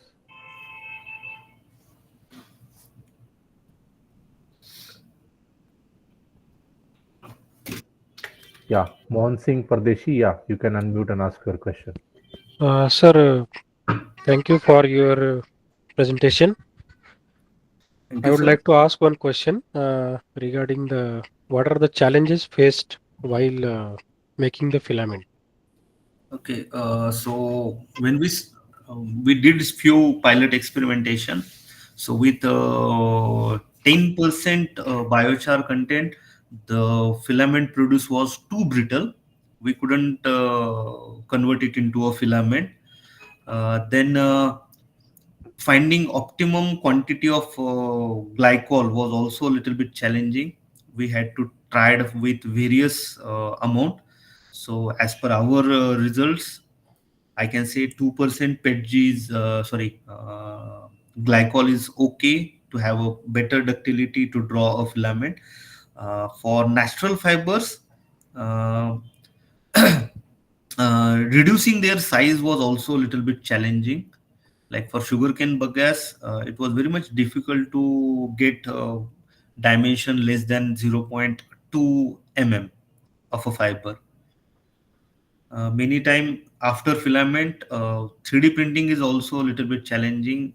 Many time we face issue of nozzle clogging. Okay, okay. Thank you very much, sir. Okay, sir. Yeah, Ganesh, you can unmute and ask your question. Ganesh Hello, sir. Borse. Yeah, yeah. Yes, sir. Sir, in continuation with the last question, sir, how you achieve that smaller fiber size, means less than 0.5, less than 5 mm, you can say. Okay, so actually, we try to. Hello.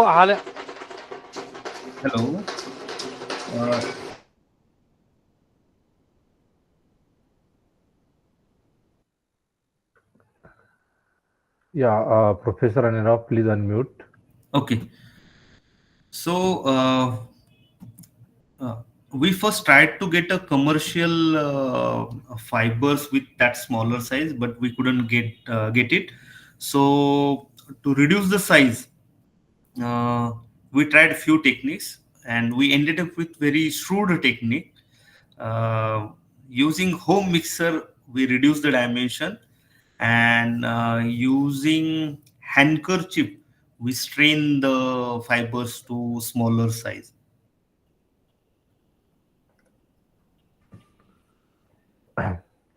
Okay, yeah, thank you. Dr. Ganesh Borikar, you could unmute and ask your question. Yeah, good evening, sir. Good evening, sir.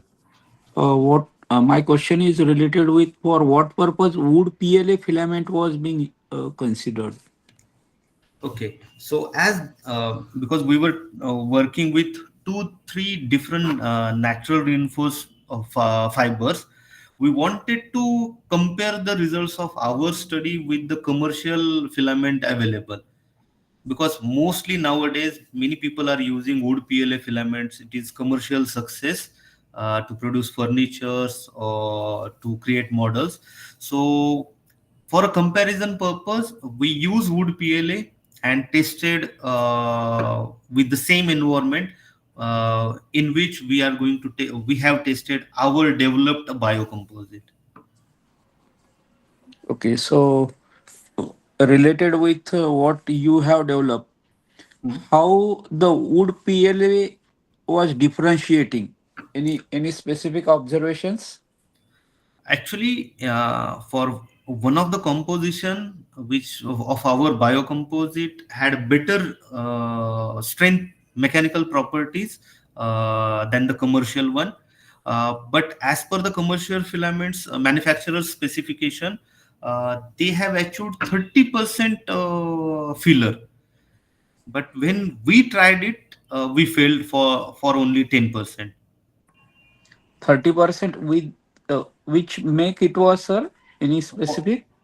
I have Because that. that percentage is very high. Yes, even I agree. 30% is too much. But as per the manufacturer's description, it was written 30% wood content. It is from all 3D company that who has supplied the wood PLA composite, wood PLA filament. Yeah. Okay.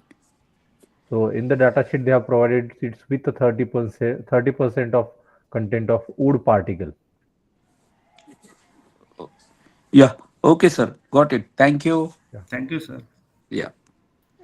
Professor Prashant, there is a question in the chat box that could you share the application of composite filament making for 3D printed part? Okay, so about 3D printed part, the application could be in designing and developing acoustic panel, because natural fibers inherently have a lot of porosity, and 3D printing process also has a great advantage of creating a porous structure. So the biocomposite 3D printed parts have great potential in noise cancellation or having great acoustic properties. Along with that, there are few literatures available in which the biomedical applications of 3D printed composites are shown, like neck orthosis, leg support structure has been printed 3D printed with the biocomposite filament. Okay, yeah, thank you. There is a raised hand. Ganesh Forse, you could unmute and ask your question. Thank you, sir. I want to ask two questions again, sir. First one is Okay. related to extrusion. Sir, have you used single screw or twin screw extrusion for filament? We have used single screw. Okay. And sir, in Pune, you use the single screw extrusion? Means, I mean, where you use this single? So we created this with the manufacturer available in Nashik. Okay. Solid space filament. Hello. Solid space filament. Solid space filament. Yes, sir. Okay. Okay. And sir, second question is, I observe you create L16 orthogonal array for DOE. Yes. So for L16, you printed piece. I think testing is done with 16 specimens for tensile, compression, and flexure. So you done experimentation for all? Yes, sir. For all 4 testings. So there are 16 experimental run multiplied with 3 samples of each for tensile. So 16 times 3, 48. So 48 for tensile. Then we generated 48 samples for flexural, 48 samples for compression, 48 samples for impact. And then again tested each one.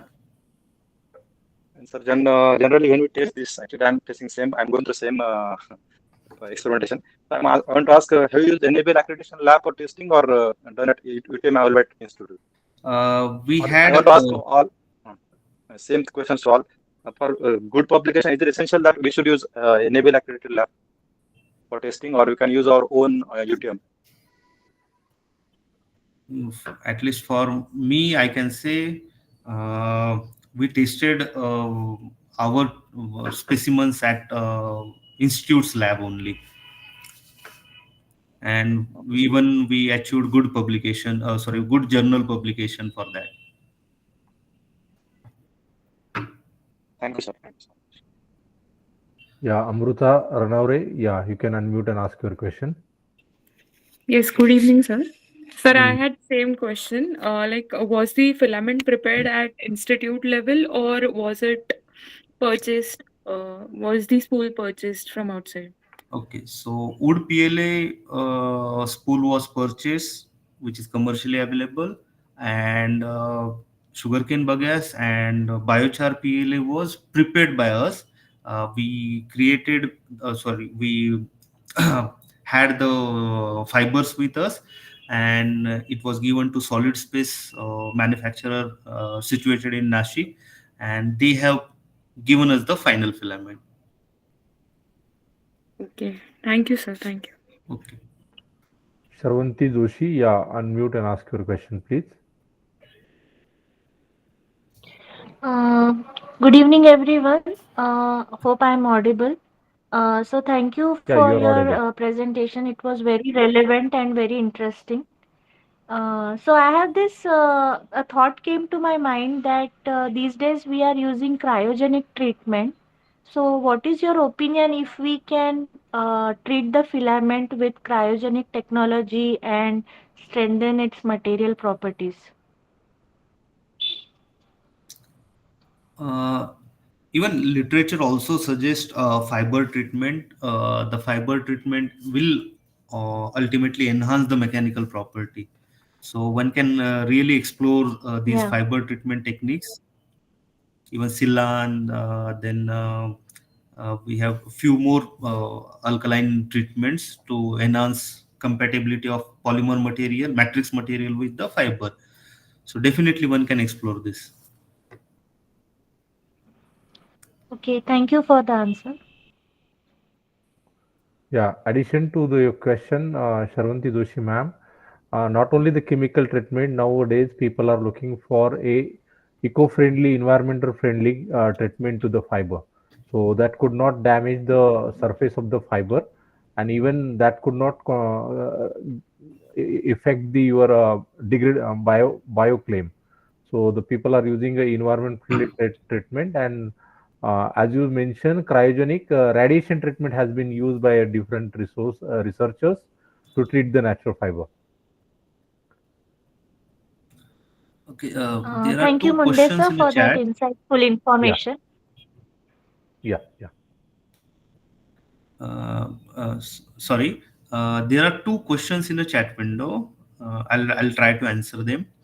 So one question was, with limited 27 data, can we apply machine learning algorithm?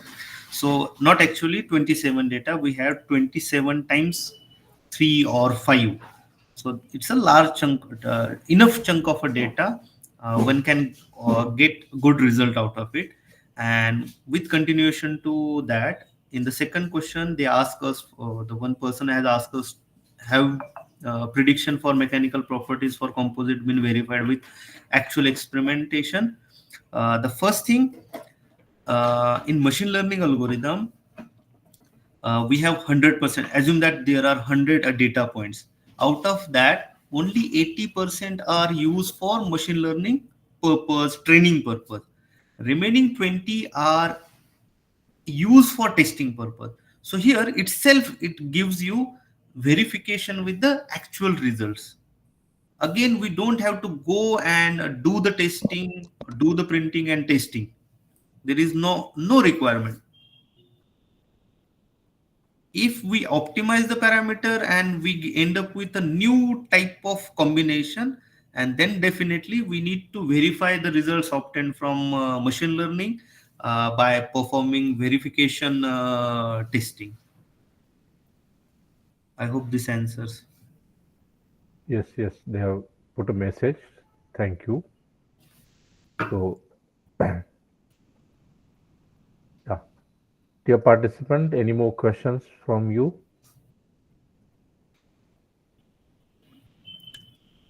Yeah, there is one more question. Are the natural fiber filament 3D printed parts applications increasing in industry? So I cannot comment on that directly because I'm right now working on only the fundamental material level. Okay, yeah. Okay, any more question, guys? Dear participants?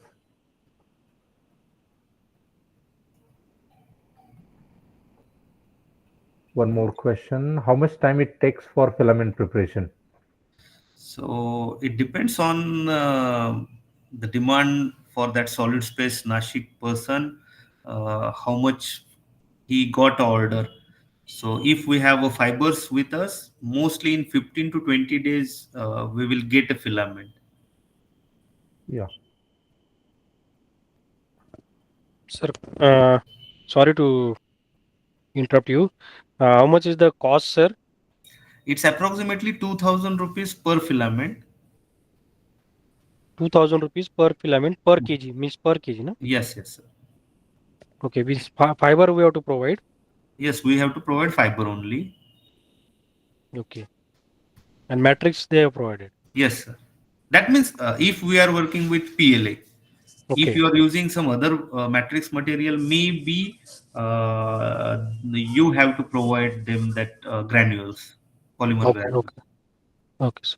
Again, please ask them beforehand that will this material, if you are working on different matrix, HDPE, वगैरह, I don't know, will they create a filament out of that? Okay, sir. Okay. Thank you, sir. Okay, yeah. So, dear participant, any more questions? Yeah.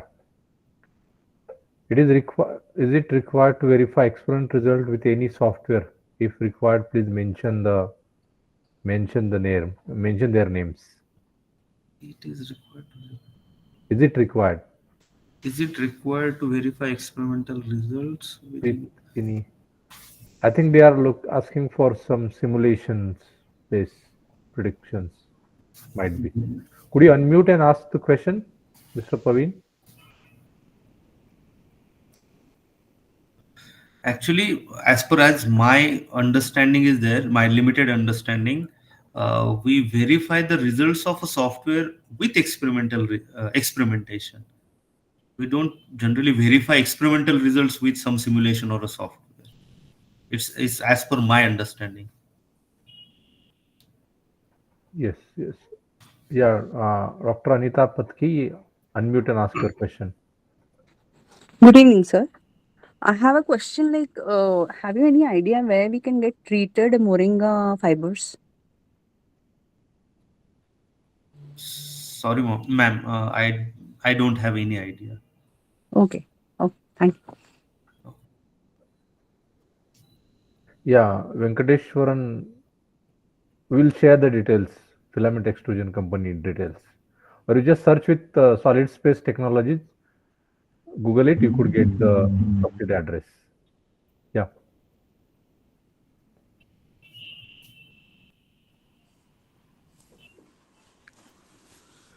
Yeah, Ganesh Borikar, professor.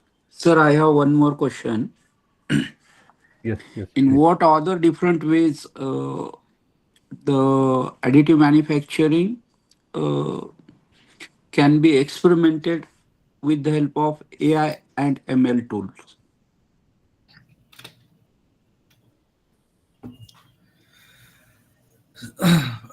So there are various avenues like use of explainable AI for analyzing results, then using AI algorithms for optimization purpose. Then if you have or the hardwares and softwares, in situ monitoring, defect control using AI, defect detection. These two tools can be further explored. Yeah, yeah. Okay, sir. Thank you. Okay, sir.